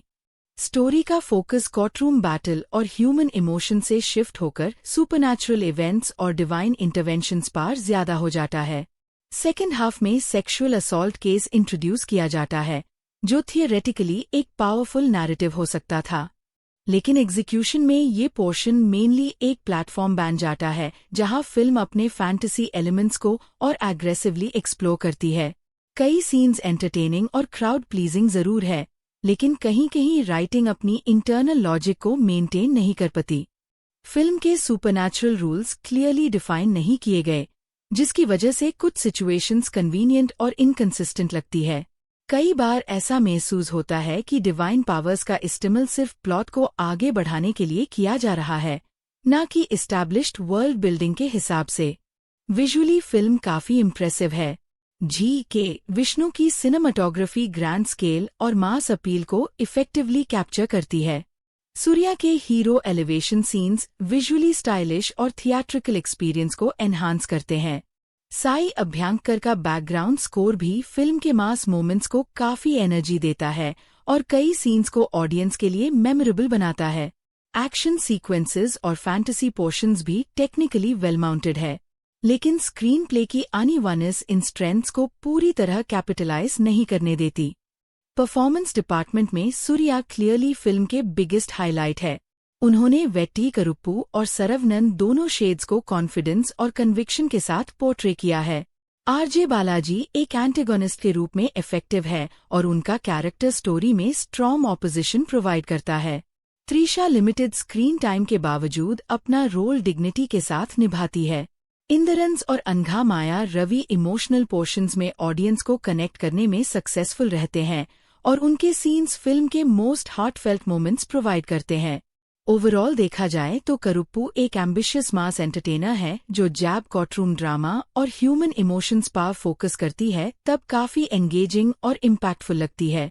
लेकिन जैसे जैसे फिल्म अपने डिवाइन स्पेक्टिकल और larger than life fantasy elements पर ज्यादा डिपेंडेंट होने लगती है, वैसे वैसे उसका इमोशनल इम्पैक्ट कमजोर पड़ने लगता है। फिल्म में कई एंटरटेनिंग मोमेंट्स, स्ट्रॉन्ग परफॉर्मेंसेज और विसल वर्दी सीन्स है, लेकिन स्क्रीन प्ले सेकेंड हाफ में अपनी फोकस और कंसिस्टेंसी को मेंटेन नहीं कर पाता। इसके बावजूद सूर्या की स्क्रीन प्रेजेंस, कोर्टरूम सीक्वेंसेस और इमोशनल फर्स्ट हाफ फिल्म को वर्थवाइल थिएट्रिकल एक्सपीरियंस बनते हैं। अगर आप मास कमर्शियल एंटरटेनर्स, फैंटेसी कॉन्सेप्ट्स और सूर्या के फैन हैं, तो करुप्पू आपको काफी एंजॉय करा सकती है। लेकिन अगर आप tightly written emotional drama expect कर रहे हैं तो फिल्म कुछ जगहों पर आपको मिक्स्ड फीलिंग्स दे सकती है। 2. करुप्पू को देखते वक्त सबसे पहला एहसास जो आता है वो नॉस्टैल्जिया का है। फिल्म ऑडियंस को सीधा 1990s और अर्ली 2000s के उस दौर में ले जाती है जब तमिल टेलीविजन चैनल्स पर डिवोशनल फैंटेसी फिल्म्स, स्पेशली अमन मूवीज, बार बार टेलीकास्ट हुआ करती थी। अन फिल्म्स में भगवान या देवी देवता इंसानी रूप लेकर आम लोगों की मदद करते थे और करप्शन, इनजस्टिस और ईविल फोर्सेस के खिलाफ लड़ते थे। डायरेक्टर आरजे बालाजी पहले भी मुकुठी अमन के जरिए इसी जॉनर को मॉडर्न ऑडियंस के लिए रिवाइव कर चुके हैं, लेकिन करुप्पू में उनका अप्रोच काफी अलग है। यहाँ सटायर और लाइट हार्टेड स्टोरी टेलिंग की जगह एक फुल स्केल कमर्शियल मास एंटरटेनर बनाने की कोशिश की गई है। फिल्म गार्डियन डेटी करुपुसामी को एक लार्जर दैन लाइफ हीरो के रूप में प्रेजेंट करती है, जहां डिवोशन और मास सिनेमा दोनों को एक साथ कंबाइन करने का अटेम्प्ट किया गया है। फिल्म की कहानी एक इमोशनली चार्ज्ड प्रेमिस से शुरू होती है। केरला से आया एक फादर डॉटर डुओ अपनी जिंदगी की सबसे बड़ी मुश्किल का सामना कर रहा होता है। बेटी को लिवर ट्रांसप्लांट की जरूरत है और ऑपरेशन के लिए पैसों का इंतजाम करने के लिए वो चेन्नई आते हैं। उनके पास जो गोल्ड ज्वेलरी होती है वही उनकी उम्मीद का आखिरी सहारा होती है, लेकिन शहर पहुंचते ही उनका गोल्ड चोरी हो जाता है और उनकी जिंदगी और भी मुश्किल बन जाती है। जैब पुलिस इंटरवेंशन के बाद उन्हें सिर्फ कुछ हिस्सा ही वापस मिलता है और बाकी ज्वेलरी रिकवर करने के लिए कोर्ट सिस्टम का सहारा लेना पड़ता है। टैब फिल्म करप्शन और ब्यूरोक्रेसी के डार्क साइड को एक्सप्लोर करना शुरू करती है। एक सिंपल लीगल प्रोसीजर धीरे धीरे महीनों तक चलने वाली फ्रस्ट्रेटिंग जर्नी में बदल जाता है और ऑडियंस को सिस्टम के अंदर छुपे एक्सप्लोटेशन का पता चलता है। फिल्म का फर्स्ट हाफ काफी स्ट्रॉन्ग और एंगेजिंग है।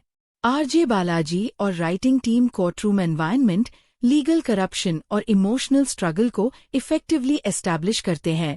बेबी कन्नन के रूप में आरजे बालाजी एक ऐसे लॉयर का कैरेक्टर प्ले करते हैं जो मोरालिटी से बिल्कुल खाली है। वो गरीब और हेल्पलेस लॉगऑन की मजबूरी का फायदा उठता है और उन्हें जस्टिस दिलाने के नाम पर उनका एक्सप्लोटेशन करता है।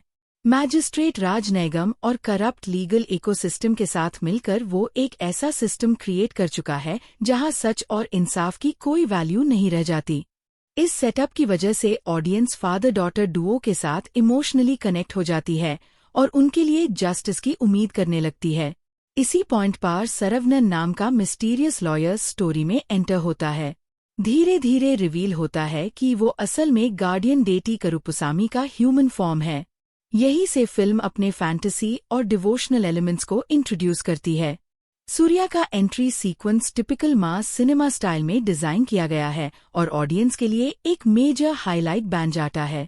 Slow motion shots, stylish visuals, energetic background score और पावरफुल स्क्रीन प्रेजेंस मिलकर उनकी एंट्री को मेमोरेबल बना देते हैं। सूर्या भी अपनी करिश्मा और कमांडिंग एक्सप्रेशंस के साथ हर फ्रेम को डोमिनेट करते हैं। फिल्म का कॉन्सेप्ट यहाँ इंटरेस्टिंग हो जाता है क्योंकि एक डिवाइन बीइंग को ह्यूमन लॉज और लीगल प्रोसीजर्स के अंदर रहकर करप्शन से लड़ना पड़ता है। आरजे बालाजी की राइटिंग फर्स्ट हाफ में काफी क्लेवर लगती है। कोर्टरूम ड्रामा और फैंटेसी एलिमेंट्स को बैलेंस करने की कोशिश की गई है और नैरेटिव स्टेडिली बिल्ड होता है। ऑडियंस को इमोशनल इन्वेस्टमेंट भी मिलती है और मास एंटरटेनमेंट भी। लेकिन जैसे जैसे स्टोरी आगे बढ़ती है, फिल्म के सुपरनैचुरल रूल्स और कॉन्फ्लिक्ट स्ट्रक्चर कुछ कंफ्यूजिंग लगने लगते हैं। कई सिचुएशंस में स्क्रीन प्ले कन्वीनियंस के हिसाब से अपने रूल्स को बेंड या ब्रेक करता हुआ नजर आता है। कुछ सीन्स एंटरटेनिंग जरूर है, लेकिन जब ऑडियंस फिल्म के लॉजिक के बारे में सोचती है तो कई अनआंसर्ड क्वेश्चन सामने आते हैं। ये इनकंसिस्टेंसी स्पेशली क्लाइमैक्स के बाद और ज्यादा नोटिसेबल हो जाती है। फिर भी करुप्पू काफी हद तक काम करती है क्योंकि फिल्म अपनी स्ट्रेंथ्स को समझती है और उन्हीं पर फोकस करती है। जो व्यूअर्स एक हार्मलेस कमर्शियल एंटरटेनर देखना चाहते हैं, उनके लिए फिल्म में काफी एंजॉय करने लायक है। सूर्या का डिवाइन हीरो अवतार और करुप्पुसामी का कॉन्सेप्ट जेन्युइनली एंगेजिंग है। जब भी सूर्या स्क्रीन पर आते हैं, फिल्म की एनर्जी लेवल इंस्टेंटली इंक्रीज हो जाती है। उनकी इंटेंस एक्सप्रेशंस और पावरफुल बॉडी लैंग्वेज कैरेक्टर को क्रेडिबिलिटी देती है। आरजे बालाजी भी एंटेगोनिस्ट के रूप में इम्प्रेसिव है और उनका परफॉर्मेंस स्टोरी को स्ट्रॉन्ग ऑपोजिशन प्रोवाइड करता है। फिल्म का एक और एंटरटेनिंग एस्पेक्ट उसके कॉलबैक्स और रेफरेंसेस है। सूर्या की पुरानी आइकॉनिक फिल्म्स के रेफरेंसेस और पॉप कल्चर नॉड्स ऑडियंस को काफी एंजॉय करवते हैं। सबसे अच्छी बात यह है कि ये रेफरेंसेस फोर्स नहीं लगते, बल्कि नेचुरली स्टोरी के अंदर फिट किए गए हैं। इन मोमेंट्स की वजह से थिएटर में लाफ्टर और अपलॉस दोनों मिलते हैं। नटराजन सुब्रमण्यम भी अपने रोल में इफेक्टिव है और कोर्टरूम सीन्स को और एंगेजिंग बनते हैं। इन टीन एक्टर्स की परफॉर्मेंसेस प्रेडिक्टेबल स्टोरी लाइन को भी काफी हद तक एलिवेट कर देती है। त्रिशा का role unfortunately expected impact create नहीं कर पाता।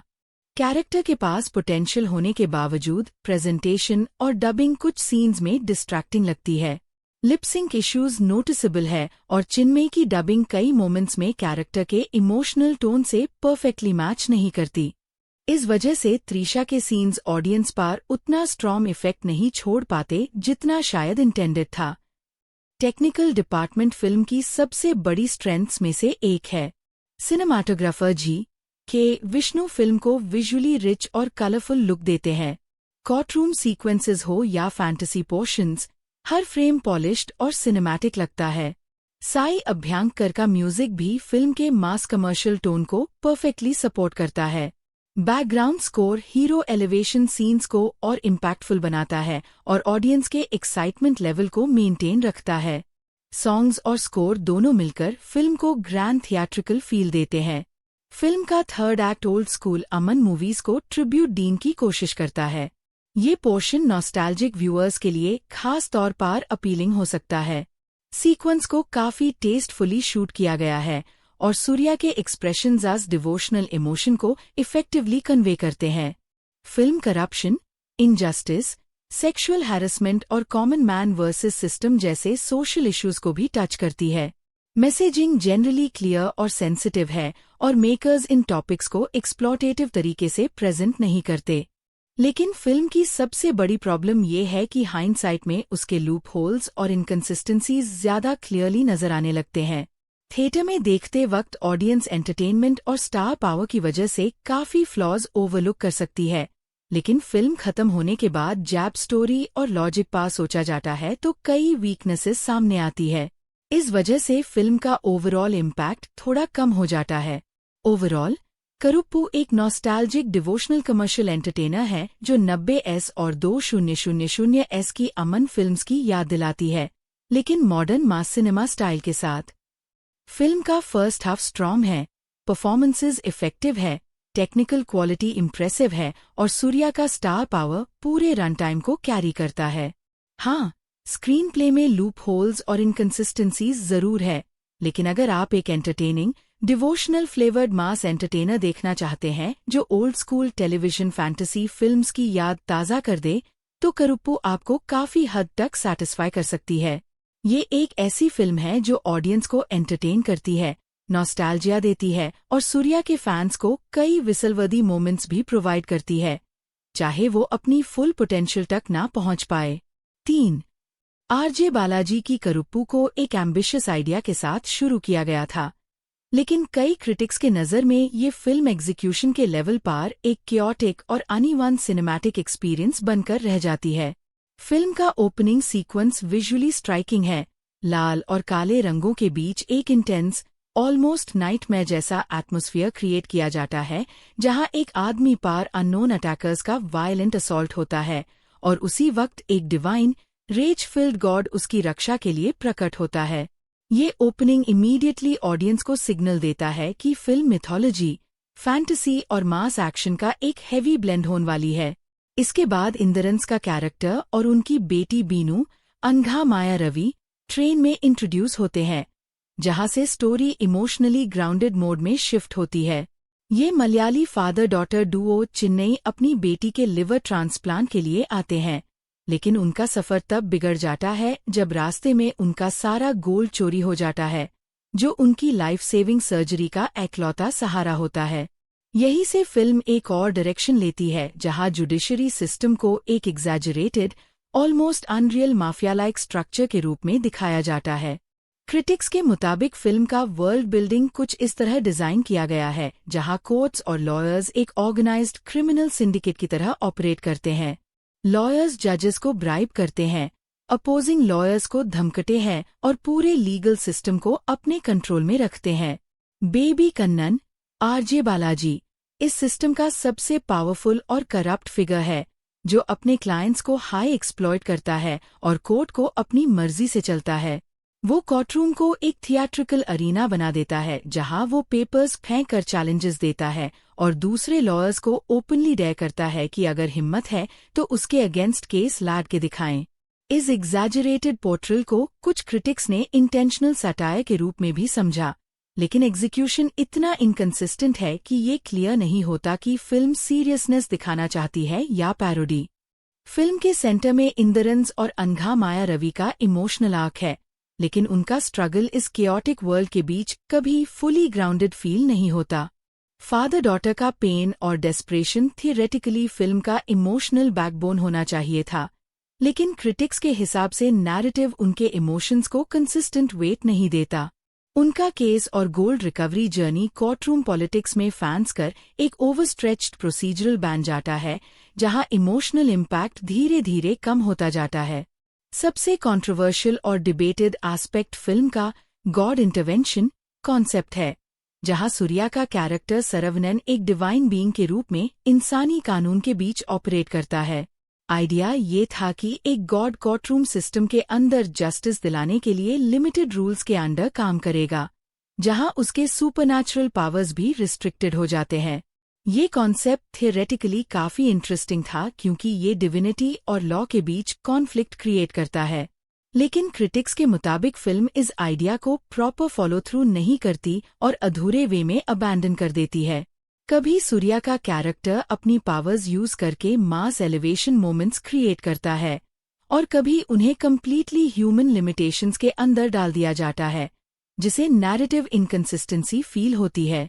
एक मेजर क्रिटिसिज्म ये भी है कि फिल्म अपनी स्टोरी टेलिंग को मीनिंगफुल डेवलपमेंट की जगह फैन सर्विस और रेफरेंसेस पर ज्यादा डिपेंड कर देती है।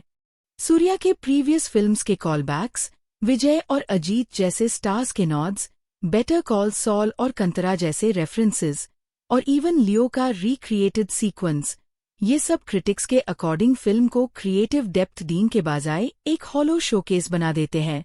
इन रेफरेंसेस को कुछ लोग क्लेवर मेटा मोमेंट्स के रूप में देख सकते हैं, लेकिन ओवरऑल इंप्रेशन ये बनता है कि फिल्म अपनी ओरिजिनल स्टोरी टेलिंग स्ट्रेंथ से ज्यादा एक्सटर्नल पॉप कल्चर एलिमेंट्स पर रिलाई कर रही है।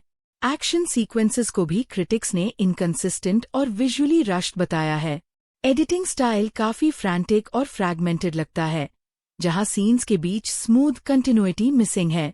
कोर्ट रूम और डायलॉग हेवी सीक्वेंसेस में भी रैपिड कट्स का उसे किया गया है, जिसे सीन्स का ड्रामेटिक वेट रिड्यूस हो जाता है। कुछ रिव्यूअर्स ने ये भी नोट किया कि फिल्म का स्ट्रक्चर ऐसा लगता है जैसे एडिटिंग रूम में डिस्पेरेट पार्ट्स को जोड़कर एक फाइनल प्रोडक्ट बनाया गया हो, जहां कोहेरेंस और फ्लो मिसिंग है। टेक्निकल एस्पेक्ट्स में भी मिक्स्ड रिस्पॉन्स मिला।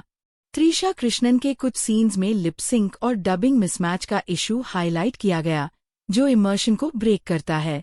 साई अभ्यंकर का बैकग्राउंड स्कोर और म्यूजिक को भी कुछ क्रिटिक्स ने ओवरली नॉइजी और क्लटर्ड बताया, जहां इंस्ट्रूमेंट्स और टोन्स एक हार्मोनियस फ्लो क्रिएट करने के बजाय एक केओटिक साउंडस्केप बन जाते हैं। ये ऑडिटरी ओवरलोड कई सीन्स में क्लैरिटी को और भी डिस्टर्ब करता है। फिल्म के वर्ल्ड बिल्डिंग को सबसे ज्यादा क्रिटिसिज्म मिला, जहां जुडिशरी सिस्टम को एग्जैजरेटेड माफिया लाइक स्ट्रक्चर के रूप में दिखाने का आइडिया इंटरेस्टिंग तो था, लेकिन उसको बिलीवेबल या कंसिस्टेंटली डेवलप तरीके से एक्सिक्यूट नहीं किया गया। कोर्टरूम्स का लुक, एक्टर्स का थिएट्रिकल परफॉर्मेंस स्टाइल और ओवर द टॉप स्टेजिंग कई क्रिटिक्स को आर्टिफिशियल और अनकन्विंसिंग लगा। कुछ ने तो ये भी कहा कि अगर फिल्म अपने टोन को फुली स्पूफ या सटायर बना देती तो शायद ये ज्यादा इफेक्टिव होती। लेकिन यहाँ प्रॉब्लम ये है कि फिल्म एक तरफ इमोशनल सीरियसनेस और जस्टिस के वेट को दिखाना चाहती है, और दूसरी तरफ एग्जैजरेटेड मास स्पेक्टिकल भी बनाना चाहती है, और ये दोनों टोन्स प्रॉपर्ली मर्ज नहीं हो पाते। ओवरऑल क्रिटिकल इंटरप्रिटेशन ये है कि करुप्पू एक ऐसा प्रोजेक्ट है जो एम्बिशियस आइडियाज के साथ स्टार्ट होता है, divinity versus law, corruption versus justice, myth versus reality, but execution के लेवल पर ये आइडियाज फ्रैगमेंटेड और इनकंसिस्टेंट रह जाते हैं। फिल्म का फर्स्ट इंप्रेशन स्ट्रॉन्ग और विजुअली स्ट्राइकिंग है, लेकिन जैसे जैसे नैरेटिव आगे बढ़ता है, कोहेरेंस, इमोशनल डेप्थ और स्टोरी टेलिंग डिसिप्लिन कमजोर पड़ता जाता है। इसी वजह से कई क्रिटिक्स ने इसे एक chaotic failure of story telling and technique के रूप में डिस्क्राइब किया है। एक ऐसी फिल्म जो आइडियाज तो बोल्ड रखती है, लेकिन उन्हें स्क्रीन पर एक यूनिफाइड और सैटिस्फाइंग एक्सपीरियंस में कन्वर्ट नहीं कर पाती। 4. करुप्पू को लेकर जो सबसे पहली बात सामने आती है वो है इसका लॉन्ग स्टैंडिंग एंटिसिपेशन और रिलीज के आसपास आई हुई लास्ट मिनट हर्डल्स के बावजूद थिएटर्स तक पहुंचना। आरजे बालाजी के डायरेक्शन में बनी ये फिल्म पहले से ही एक कंप्लीट कमर्शियल एंटरटेनर के रूप में मार्केट की गई थी, जिसमें हर कुछ मिनट पर एक हाई एनर्जी मोमेंट, मास एलिवेशन और इमोशनल बीट डिलीवर करने का प्रॉमिस था। फिल्म का सबसे बड़ा पॉजिटिव एस्पेक्ट ये है कि ये अपने अस प्रॉमिस को काफी हद तक फुलफिल करती है और ऑडियंस को एक कंटिन्यूअस एंगेजिंग थिएट्रिकल एक्सपीरियंस देती है, जहां एंटरटेनमेंट का फ्लो ज्यादा ब्रेक नहीं होता। फिल्म की शुरुआत एक इंटेंस और विजुअली स्ट्राइकिंग सीक्वेंस से होती है, जहां सूर्या को करुप्पुसामी के डिवाइन फॉर्म में इंट्रोड्यूस किया जाता है। ये ओपनिंग इमीडिएटली ऑडियंस को सिग्नल देती है कि फिल्म एक मिथोलॉजिकल कमर्शियल ब्लेंड होने वाली है, जिसमें गॉड और ह्यूमन वर्ल्ड का कॉन्फ्लिक्ट सेंट्रल थीम रहेगा। इसके बाद स्टोरी एक क्राइम केस पर शिफ्ट होती है, जहां इंद्रंस और अनघा माया रवि के कैरेक्टर्स को पुलिस स्टेशन से कोर्ट तक ले जाया जाता है। ये फादर डॉटर डुओ एक ऐसे लीगल स्ट्रगल में फंस जाते हैं जहां उनका फ्यूचर उनके खोए ह्यू केस और स्टोलन गोल्ड पर डिपेंड करता है। ये इमोशनल सेटअप फिल्म को एक ग्राउंडेड ह्यूमन कोर देता है, जिसे ऑडियंस उनके साथ कनेक्ट कर पाती है। कोर्टरूम एनवायरनमेंट में एंट्री होती है बेबी कन्नन, आरजे बालाजी की, जो एक पावरफुल और करप्ट एडवोकेट के रूप में सिस्टम को कंट्रोल करता है। नैटी सुब्रमण्यम का करप्ट जज का कैरेक्टर इस पावर स्ट्रक्चर को और स्ट्रॉन्ग बनाता है, जहां जस्टिस से ज्यादा मैनिपुलेशन और कंट्रोल का गेम चलता है। त्रिशा कृष्णन का कैरेक्टर एक ऑनेस्ट लॉयर का है जो सिस्टम के अगेंस्ट खड़ी होती है, लेकिन उसकी लिमिटेशंस और हेल्पलेसनेस को भी फिल्म दिखाती है। ये पहला फेज कोर्टरूम करप्शन को इफेक्टिवली एस्टैब्लिश करता है और ऑडियंस को एक फ्लॉड लीगल सिस्टम के अंदर ले जाता है। स्टोरी का रियल टर्निंग पॉइंट टैब आता है जब करुपुसामी ह्यूमन फॉर्म में सरवनन के रूप में एंटर करता है, जिसे सूर्या प्ले करते हैं। इस एंट्री के साथ ही फिल्म का टोन शिफ्ट हो जाता है और नैरेटिव एक डिवाइन वर्सेस ह्यूमन सिस्टम के कॉन्फ्लिक्ट पर फोकस करता है। बेबी कन्नन चैलेंज देता है कि करुपुसामी को बिना अपनी डिवाइन पावर्स यूज किए केस जीतना होगा, और यही से फिल्म का सेंट्रल टेंशन बिल्ड होता है। ये कॉन्सेप्ट काफी इंटरेस्टिंग है क्योंकि एक गॉड को ह्यूमन लीगल लिमिटेशंस के अंदर लड़ना पड़ता है, जो स्टोरी को एक यूनिक मास एंगल देता है। फिल्म का फर्स्ट हाफ इसी प्रेमिस पर काफी स्ट्रांगली काम करता है। यहाँ इमोशनल स्टेक्स, कोर्टरूम ड्रामा और मास एलिवेशन सीक्वेंसेस का बैलेंस्ड मिक्स देखने को मिलता है। सूर्या अपने डिवाइन ऑरा और सरवनन के ह्यूमन डिस्गाइज दोनों में काफी इम्पैक्टफुल लगते हैं। उनकी स्क्रीन प्रेजेंस हर सीन को एलिवेट करती है और उनका ट्रांसफॉर्मेशन कैरेक्टर को और भी पावरफुल बनाता है। आरजे बालाजी का बेबी कन्नन भी एक इफेक्टिव एंटागनिस्ट है जो ह्यूमर, एरोगेंस और कंट्रोल का कॉम्बिनेशन लेकर आता है, जिसे कॉन्फ्लिक्ट और भी इंटरेस्टिंग हो जाता है। इंद्रंस और अनघा माया रवि के इमोशनल पोर्शंस भी स्टोरी को वेट देते हैं और ऑडियंस को उनके स्ट्रगल से इमोशनली अटैच रखते हैं। सेकेंड हाफ में फिल्म का फोकस करप्शन के कोलैप्स और करुपुसामी के इंटरवेंशन के बाद सिस्टम के केओटिक ब्रेकडाउन पर शिफ्ट होता है। यहाँ कुछ सीक्वेंसेस डेलिब्रेटली ह्यूमर और मास एंटरटेनमेंट को टारगेट करते हैं, जहाँ विलन्स की फेलियर और पावर शिफ्ट को एंटरटेनिंग वे में दिखाया जाता है। कई सीन्स ऑडियंस को लाफ और विसल वर्दी मोमेंट्स प्रोवाइड करते हैं, जिसे कमर्शियल फ्लेवर और स्ट्रॉन्ग हो जाता है। Screen play continuously humour, action, emotions और कोर्टरूम ड्रामा के बीच बैलेंस बनाने की कोशिश करता है, और काफी हद तक ये बैलेंस मेंटेन भी होता है। प्री क्लाइमैक्स और क्लाइमैक्स स्ट्रेच फिल्म का सबसे ज्यादा एनर्जेटिक और इम्पैक्टफुल पोर्शन बनकर उभारते हैं। यहाँ सूर्या का परफॉर्मेंस अपने पीक पार होता है, जहाँ डिवाइन अथॉरिटी और मास हीरो ऑरा दोनों एक साथ कंबाइन हो जाते हैं। ये स्ट्रेच ऑडियंस एंगेजमेंट को हाईएस्ट लेवल पर ले जाता है और फिल्म का पे ऑफ स्ट्रॉन्ग फील होता है। आरजे बालाजी ने राइटिंग और एंटेगनिस्ट रोल दोनों में अपनी प्रेजेंस इफेक्टिवली जस्टिफाई की है, जिसे कॉन्फ्लिक्ट ऑर्गेनिकली ड्राइव होता रहता है। त्रिशा अपने ऑनेस्ट लॉयर रोल में सिंसेरिटी लाती है और सपोर्टिंग कास्ट भी नैरेटिव को ग्राउंडेड रखने में हेल्प करती है। सपोर्टिंग कास्ट में इंद्रंस एक स्टैंड आउट परफॉर्मेंस देते हैं। उनका emotional portrayal father daughter struggle को ऑथेंटिसिटी देता है और फिल्म के इमोशनल कोर को स्ट्रेंथन करता है। अनघा माया रवि भी अपने रोल में कन्विंसिंग लगती है और उनका कैरेक्टर ऑडियंस सिंपैथी अर्न करता है। नैटी और शिवदा जैसे एक्टर्स भी कोर्टरूम डायनामिक्स को सपोर्ट करते हैं और ओवरऑल एंसेंबल को स्ट्रॉन्ग बनते हैं। टेक्निकल डिपार्टमेंट फिल्म का एक और मेजर स्ट्रेंथ है। साई अभ्यंकर का बैकग्राउंड स्कोर कई मास सीक्वेंसेस को और भी एलिवेटेड बना देता है। गॉड मोड और वीरप्पा जैसे ट्रैक्स ऑडियंस रिएक्शन जेनरेट करते हैं और थिएटर एक्सपीरियंस को और इमर्सिव बनते हैं। जीके विष्णु की सिनेमाटोग्राफी फिल्म को एक कलरफुल, ग्लॉसी और स्टाइलाइज्ड लुक देती है, जो कमर्शियल टोन के साथ परफेक्टली मैच करता है। एक्शन कोरियोग्राफी विक्रम मोर के अंडर एग्जैजरेटेड जरूर लग सकती है, लेकिन सुपरनैचुरल और मास फैंटेसी टोन के अंदर ये स्टाइल काफी वेल इंटीग्रेटेड लगती है। ओवरऑल देखा जाए तो करुप्पू एक फुली लोडेड कमर्शियल एंटरटेनर है जो मास ऑडियंस के एक्सपेक्टेशंस को ध्यान में रखकर डिजाइन की गई है। फिल्म एक्शन, ह्यूमर, इमोशंस और फैन सर्विस मोमेंट्स का एक कंटिन्यूअस पैकेज डिलीवर करती है, जिसमें सूर्या का star power central driving force बन जाता है। आरजे बालाजी ने एक ग्रैंड थिएट्रिकल एक्सपीरियंस क्रिएट करने की कोशिश की है जो लार्जली सक्सेसफुल भी होती है, स्पेशली अन व्यूअर्स के लिए जो प्योर मास सिनेमा और फेस्टिव एंटरटेनमेंट एंजॉय करते हैं। ये फिल्म अपने फ्लॉज के बावजूद एक एंगेजिंग राइड देती है और सूर्या के फैंस के लिए एक सैटिस्फाइंग बिग स्क्रीन एक्सपीरियंस साबित होती है। जहां वो एक बार फिर प्रूव करते हैं कि वो तमिल सिनेमा के सबसे बेड क्राउड पुलर्स में से एक है।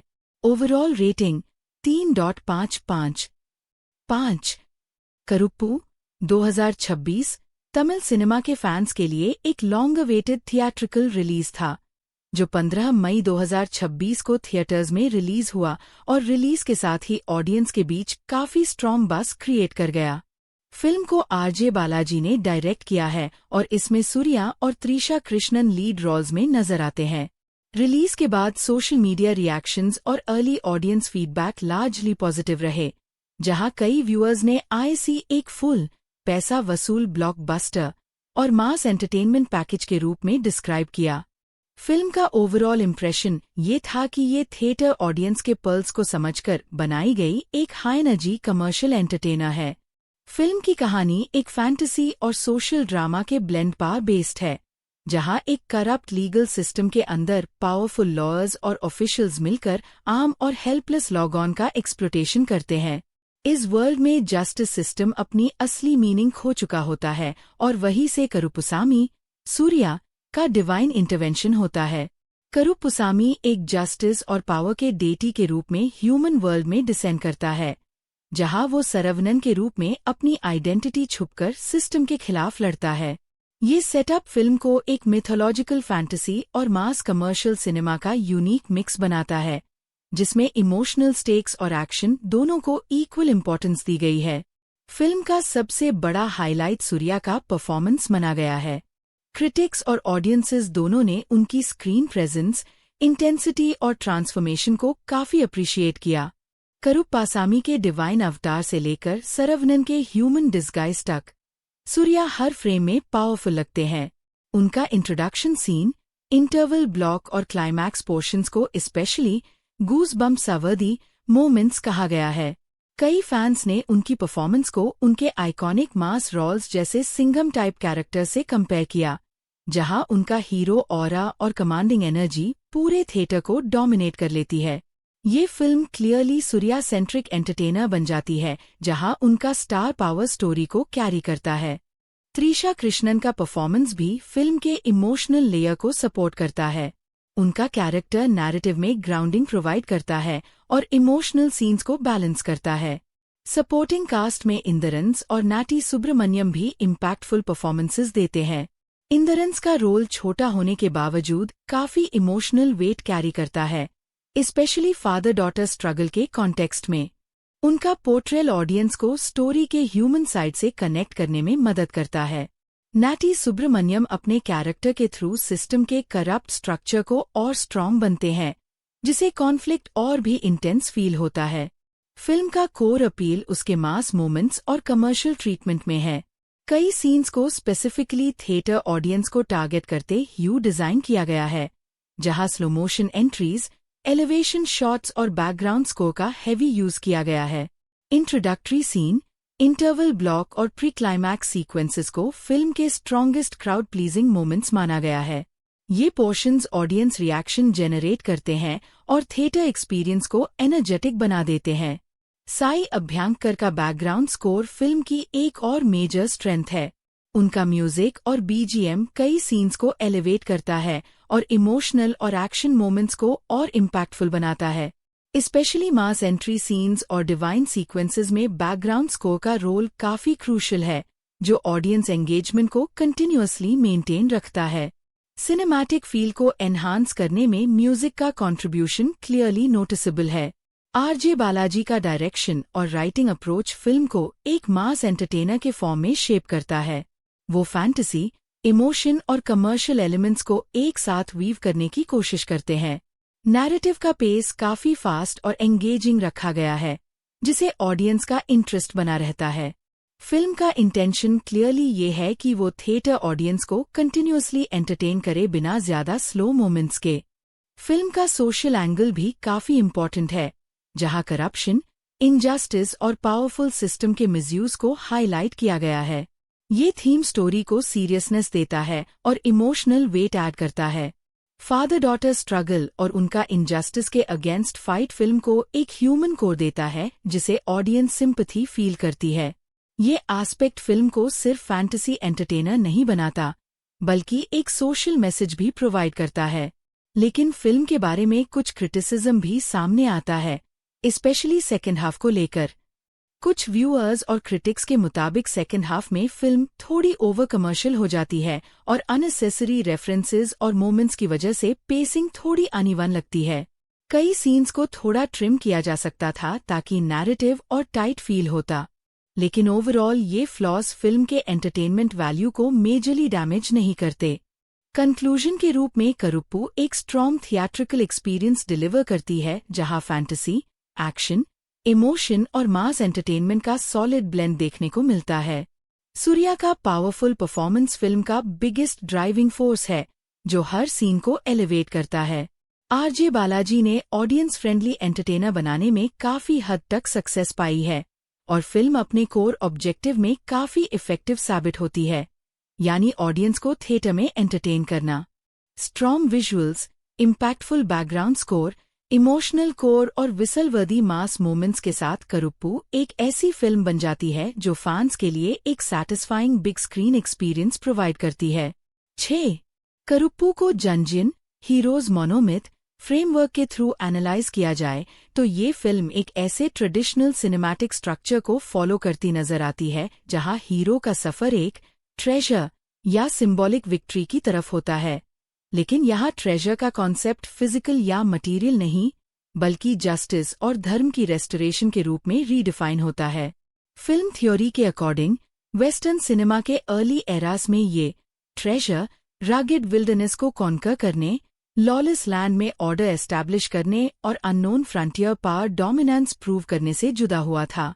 वक्त के साथ ये आर्किटाइप इवॉल्व होकर एक इंडस्ट्री स्टैंडर्ड नैरेटिव बन गया, जहां हीरो हमेशा सिस्टम से लड़कर एक मॉरल विक्ट्री अचीव करता है। करुप्पू इसी इस्टैब्लिश्ड सिनेमैटिक गाब को स्टार्टिंग से ही अडॉप्ट करती है। सरवनन, सूर्या का कैरेक्टर, जो एक लॉयर के रूप में इंट्रोड्यूस होता है, असल में इस मोनोमिथ का मॉडर्न मैनिफेस्टेशन है। वो एक ऐसे इंसान के रूप में दिखाया जाता है जो करप्शन से फिजिकली और इमोशनली वूंडेड है और जिसे ग्रेजुअली एक डिवाइन फोर्स कवल देवम करुपुसामी के रूप में ट्रांसफॉर्म किया जाता है। इस ट्रांसफॉर्मेशन को जंजिन लेंस से देखे तो ये सेल्फ रियलाइजेशन और आर्किटाइपल एक्टिवेशन का फेज है, जहां हीरो अपनी ऑर्डिनरी आइडेंटिटी से ऊपर उठकर कलेक्टिव मॉरल फोर्स बन जाता है। फिल्म का फर्स्ट हाफ इसी जर्नी को काफी इफेक्टिवली एस्टैब्लिश करता है, जहां इनजस्टिस, कोर्ट करप्शन और हेल्पलेस विक्टिम्स का सेटअप एक स्ट्रॉन्ग नैरेटिव बेस क्रिएट करता है। लेकिन क्रिटिसिज्म ये है कि फिल्म अपनी सेकेंड हाफ में साइकोलॉजिकल और थेमैटिक डेप्थ को मेंटेन नहीं कर पाती, जो इस आर्किटाइपल जर्नी से एक्सपेक्टेड होती है। जैसे ही narrative fully good versus evil binary में शिफ्ट होता है, कॉम्प्लेक्सिटी रिड्यूस हो जाती है और स्टोरी टेलिंग प्रेडिक्टेबल हो जाती है। जंजिन फ्रेमवर्क के हिसाब से हीरो का जर्नी टैब मीनिंगफुल होता है जब उसमें इंटरनल कॉन्फ्लिक्ट, मॉरल एम्बिग्यूटी और ट्रांसफॉर्मेशन का लेड एक्सप्लोरेशन हो। लेकिन यहाँ सेकेंड हाफ लार्जली कन्वेंशनल मास सिनेमा ट्रोप्स पर डिपेंड करने लगता है, जिसे नैरेटिव का फिलोसोफिकल वेट डाइल्यूट हो जाता है। एक और क्रिटिकल एंगल ये है कि फिल्म में स्टार पर्सोना और स्पेक्टिकल का इन्फ्लुएंस नैरेटिव कोहेरेंस से ज्यादा डोमिनेंट लगता है। सूर्या का स्क्रीन प्रेजेंस और एलिवेशन मोमेंट्स इतने सेंट्रल हो जाते हैं कि स्क्रिप्ट अपनी स्ट्रक्चरल डिसिप्लिन खो देती है। इस वजह से फिल्म का फोकस स्टोरी ड्रिवन कोहेजन से शिफ्ट होकर मोमेंट ड्रिवन स्पेक्टिकल पर आ जाता है। ये इम्बैलेंस जंजिन हीरोज जर्नी को एक इनकम्प्लीट आर्क बना देता है, जहां ट्रांसफॉर्मेशन तो दिखाई देती है, लेकिन आज ट्रांसफॉर्मेशन की साइकोलॉजिकल ग्राउंडिंग वीक पड़ जाती है। त्रिशा कृष्णन का कैरेक्टर कामशी या प्रीति टाइप लॉयर फिगर इस जर्नी में एक इंटरेस्टिंग काउंटरपॉइंट हो सकता था। एक रैशनल, ग्राउंडेड लीगल वॉइस जो हीरो के डिवाइन एब्सोल्यूटिज्म को चैलेंज करे, लेकिन नैरेटिव उन्हें लार्जली साइडलाइन रखता है। जंजिन पर्सपेक्टिव से देखा जाए तो ये एक अनिमा या बैलेंसिंग फोर्स का अंडरयूटिलाइजेशन है, जिसे हीरो का जर्नी और ज्यादा वन डायमेंशनल बन जाता है। इस साइडलाइनिंग की वजह से नैरेटिव में जेंडर इम्बैलेंस भी और प्रोमिनेंट हो जाता है, जहां male saviour archetype high central authority बनकर रह जाता है। फिल्म का क्लाइमैक्स कोर्टरूम बैटल के रूप में स्ट्रक्चर किया गया है, जहां डिवाइन जस्टिस और ह्यूमन लीगल सिस्टम का डायरेक्ट कॉन्फ्रंटेशन होता है। यहाँ करुपुसामी का माइथिक फोर्स ऑर्डर रेस्टोरेशन के रूप में प्रेजेंट होता है, जो करप्ट सिस्टम को डिसमेंटल करता है। जंजिन सेंस में ये शैडो डिस्ट्रक्शन का मोमेंट है जहां नेगेटिविटी और करप्शन को एलिमिनेट किया जाता है। लेकिन क्रिटिसिज्म ये है कि ये रेजोल्यूशन काफी स्ट्रेट फॉरवर्ड और प्रेडिक्टेबल लगता है, जहां मॉरल कॉम्प्लेक्सिटी की जगह सिंपल बाइनरी विक्ट्री मिलती है। एंट में करुप्पू को एक ऐसी फिल्म के रूप में देखा जाता है जो सिनेमैटिक इंडस्ट्री के उस ट्रेंड को रिफ्लेक्ट करती है जहां फिल्म्स को इंडस्ट्रियल फॉर्मूला के अकॉर्डिंग मैन्युफैक्चर किया जाता है, न कि आर्टिस्टिक एक्सप्लोरेशन के रूप में क्रिएट। इस अप्रोच की वजह से फिल्म का आर्किटाइपल स्ट्रक्चर तो प्रेजेंट है, लेकिन उसकी साइकोलॉजिकल डेप्थ और नैरेटिव ओरिजिनलिटी कॉम्प्रोमाइज्ड हो जाती है। रिजल्ट एक ऐसा व्यूइंग एक्सपीरियंस होता है जो विजुअली और मोमेंटरली इम्पैक्टफुल है, लेकिन थेमैटिक और फिलोसॉफिकल लेवल पर इनकम्प्लीट और प्रेडिक्टेबल फील होता है। एक ऐसा हीरोज जर्नी जो स्टार्ट तो स्ट्रॉन्ग करता है, लेकिन अपनी इनर ट्रांसफॉर्मेशन को फुली रियलाइज नहीं कर पाता। 7. सूर्या की मच अवेटेड फिल्म करुप्पू, तेलुगु में वीरा भद्रुडु का रिलीज काफी हाइप और लास्ट मिनट हर्डल्स के बाद फाइनली थिएटर्स तक पहुंचता है, और रिलीज के साथ ही फिल्म ने फैंस और क्रिटिक्स दोनों के बीच काफी स्ट्रॉन्ग बस क्रिएट कर दिया। आरजे बालाजी के डायरेक्शन में बनी ये फिल्म एक फैंटेसी कोर्टरूम ड्रामा है जिसमें मिथोलॉजिकल एलिमेंट्स, मास कमर्शियल सिनेमा और सोशल कमेंट्री का ब्लेंड दिखाने की कोशिश की गई है। ड्रीम वॉरियर पिक्चर्स के प्रोडक्शन में बनी इस फिल्म में त्रिशा कृष्णन फीमेल लेड है, जबकि आरजे बालाजी खुद भी एक इम्पॉर्टेंट एंटागनिस्ट रोल में नजर आते हैं। सपोर्टिंग कास्ट में इंद्रंस, नाटी सुब्रमण्यम, स्वासिका, शिवदा, सुप्रीत रेड्डी और योगी बाबू जैसे एक्टर शामिल हैं, जो स्टोरी को और भी लेड बनते हैं। फिल्म का टेक्निकल बैकबोन भी काफी स्ट्रॉन्ग माना गया है, जहां साई अभ्यंकर का म्यूजिक और बैकग्राउंड स्कोर, जी.के. विष्णु की सिनेमाटोग्राफी और आर कलाइवनन की एडिटिंग मिलकर फिल्म को एक पॉलिश्ड और स्टाइलाइज्ड लुक देते हैं। क्रिटिक्स और अर्ली ऑडियंस रिएक्शंस के मुताबिक फिल्म का कोर आइडिया एक ऐसे रूरल और सेमी अर्बन एनवायरनमेंट को डिपिक्ट करता है जहां सिस्टेमिक ऑपरेशन और जुडिशियल करप्शन आम लोगों की जिंदगी को डीपली अफेक्ट करता है। इस कॉन्टेक्स्ट में एक डिटर्मिन लॉयर का राइज होता है जो मार्जिनलाइज्ड लॉगॉन के राइट्स के लिए लड़ता है और करुप्पासामी जैसे विलेज डेटी की डिवाइन पावर से स्ट्रेंथ लेकर पावरफुल एडवर्सरीज का सामना करता है।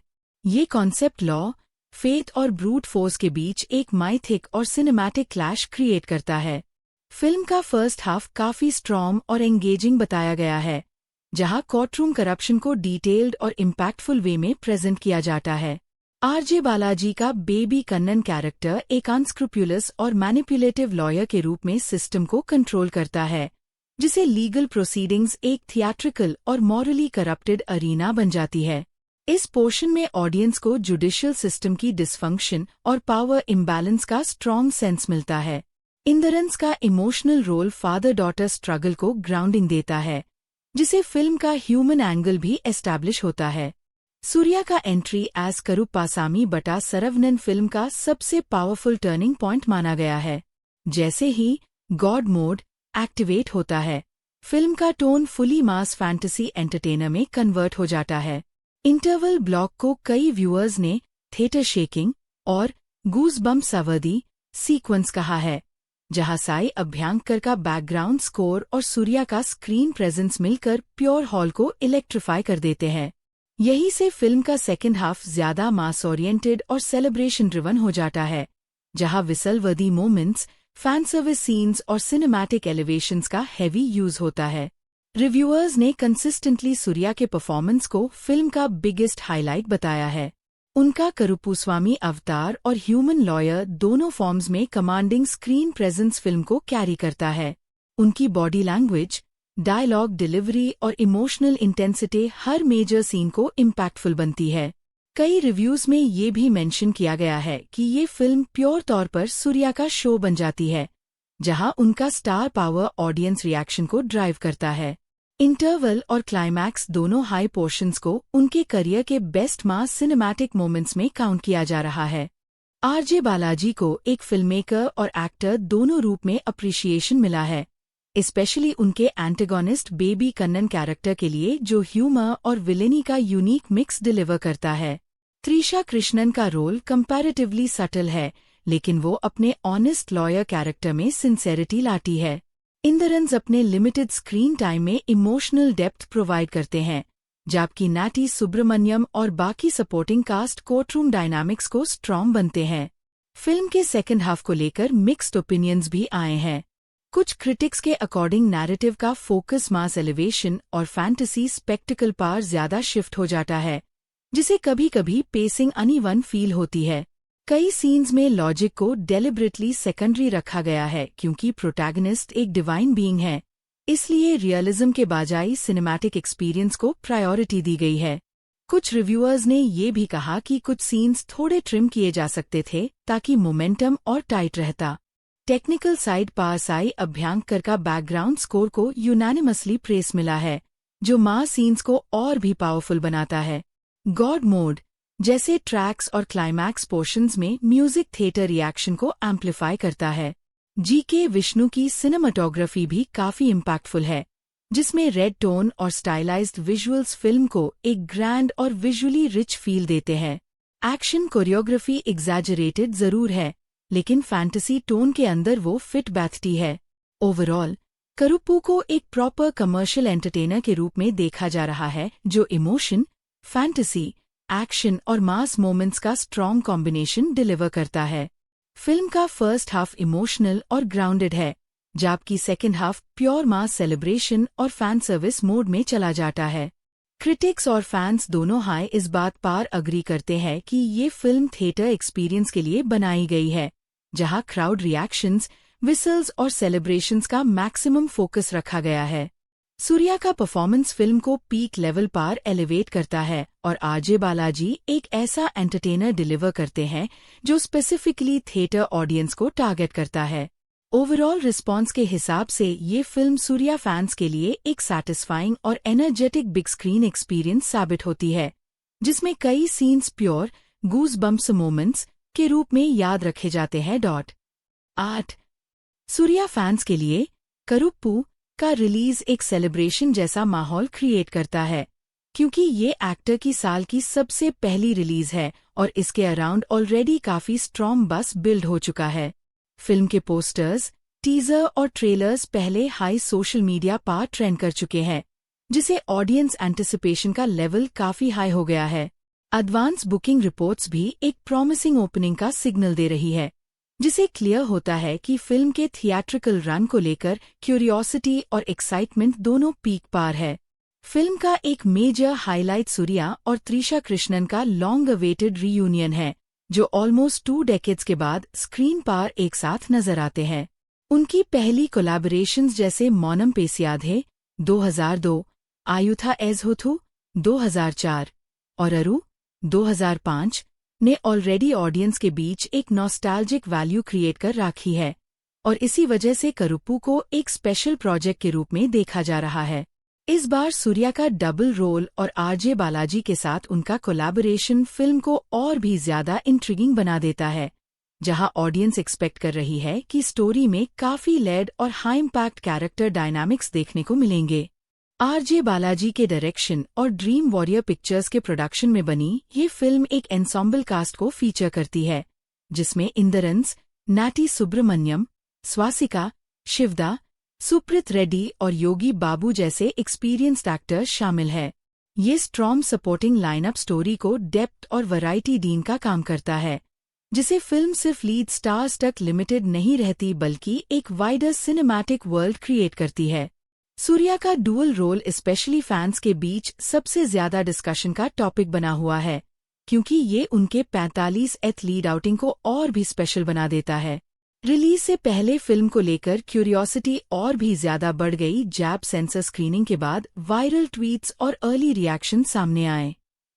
एक actor turn critic Kuldeep Gadhvi के अकॉर्डिंग फिल्म को 4 स्टार रेटिंग मिली, जहां उसने इसे एक पावरफुल ब्लेंड बताया जिसमें मास अपील, इमोशन, फैंटेसी और सोशल ड्रामा सब कुछ बैलेंस में है। अस रिव्यू में सूर्या के परफॉर्मेंस को फिल्म का स्ट्रॉन्गेस्ट पिलर बताया गया, जबकि त्रिशा की प्रेजेंस को एलिगेंट और इम्पैक्टफुल माना गया। लेकिन फिल्म के रिलीज के अराउंड कुछ अनसर्टेनिटीज और स्पेकुलेशन भी रहा, स्पेशली तमिलनाडु में शो कैंसलेशंस और लॉजिस्टिकल इश्यूज को लेकर। इन कंसर्न्स के बीच डायरेक्टर आरजे बालाजी ने फैंस को रीअश्योर किया कि फिल्म अपने स्केड्यूल्ड रिलीज पर ही आएगी। उन्होंने अपने स्टेटमेंट में ये भी कहा कि फिल्म ने पहले भी कई चैलेंजेस फेस किए हैं और हर बार समहाउ डिवाइन सपोर्ट की तरह सब ऑब्स्टिकल्स क्रॉस कर लिए हैं। उनका मैसेज फैंस के लिए ऑप्टिमिस्टिक था, जिसमें उन्होंने कॉन्फिडेंस एक्सप्रेस किया कि करुप्पू अपने प्लान रिलीज के साथ ऑडियंस तक पहुंच जाएगी। ओवरऑल रिलीज से जस्ट पहले का माहौल काफी चार्ज्ड और एनर्जेटिक है। फैंस के बीच एक्साइटमेंट क्लियरली विजिबल है और एक्सपेक्टेशन ये है कि फिल्म एक स्ट्रॉन्ग थिएट्रिकल एक्सपीरियंस डिलीवर करेगी। सूर्या और त्रिशा का रियूनियन, डुअल रोल कॉन्सेप्ट, मास फैंटेसी एलिमेंट्स और आरजे बालाजी का कमर्शियल डायरेक्शन मिलकर करुप्पू को एक highly anticipated big screen event बना देते हैं। अब सबकी नज़र इस बात पर है कि क्या ये हाई बॉक्स ऑफिस पार भी उतनी हाई स्ट्रांगली ट्रांसलेट होती है जितनी प्री रिलीज बस ने क्रिएट की है, और क्या फिल्म ऑडियंस एक्सपेक्टेशंस को सस्टेन कर पाती है या नहीं।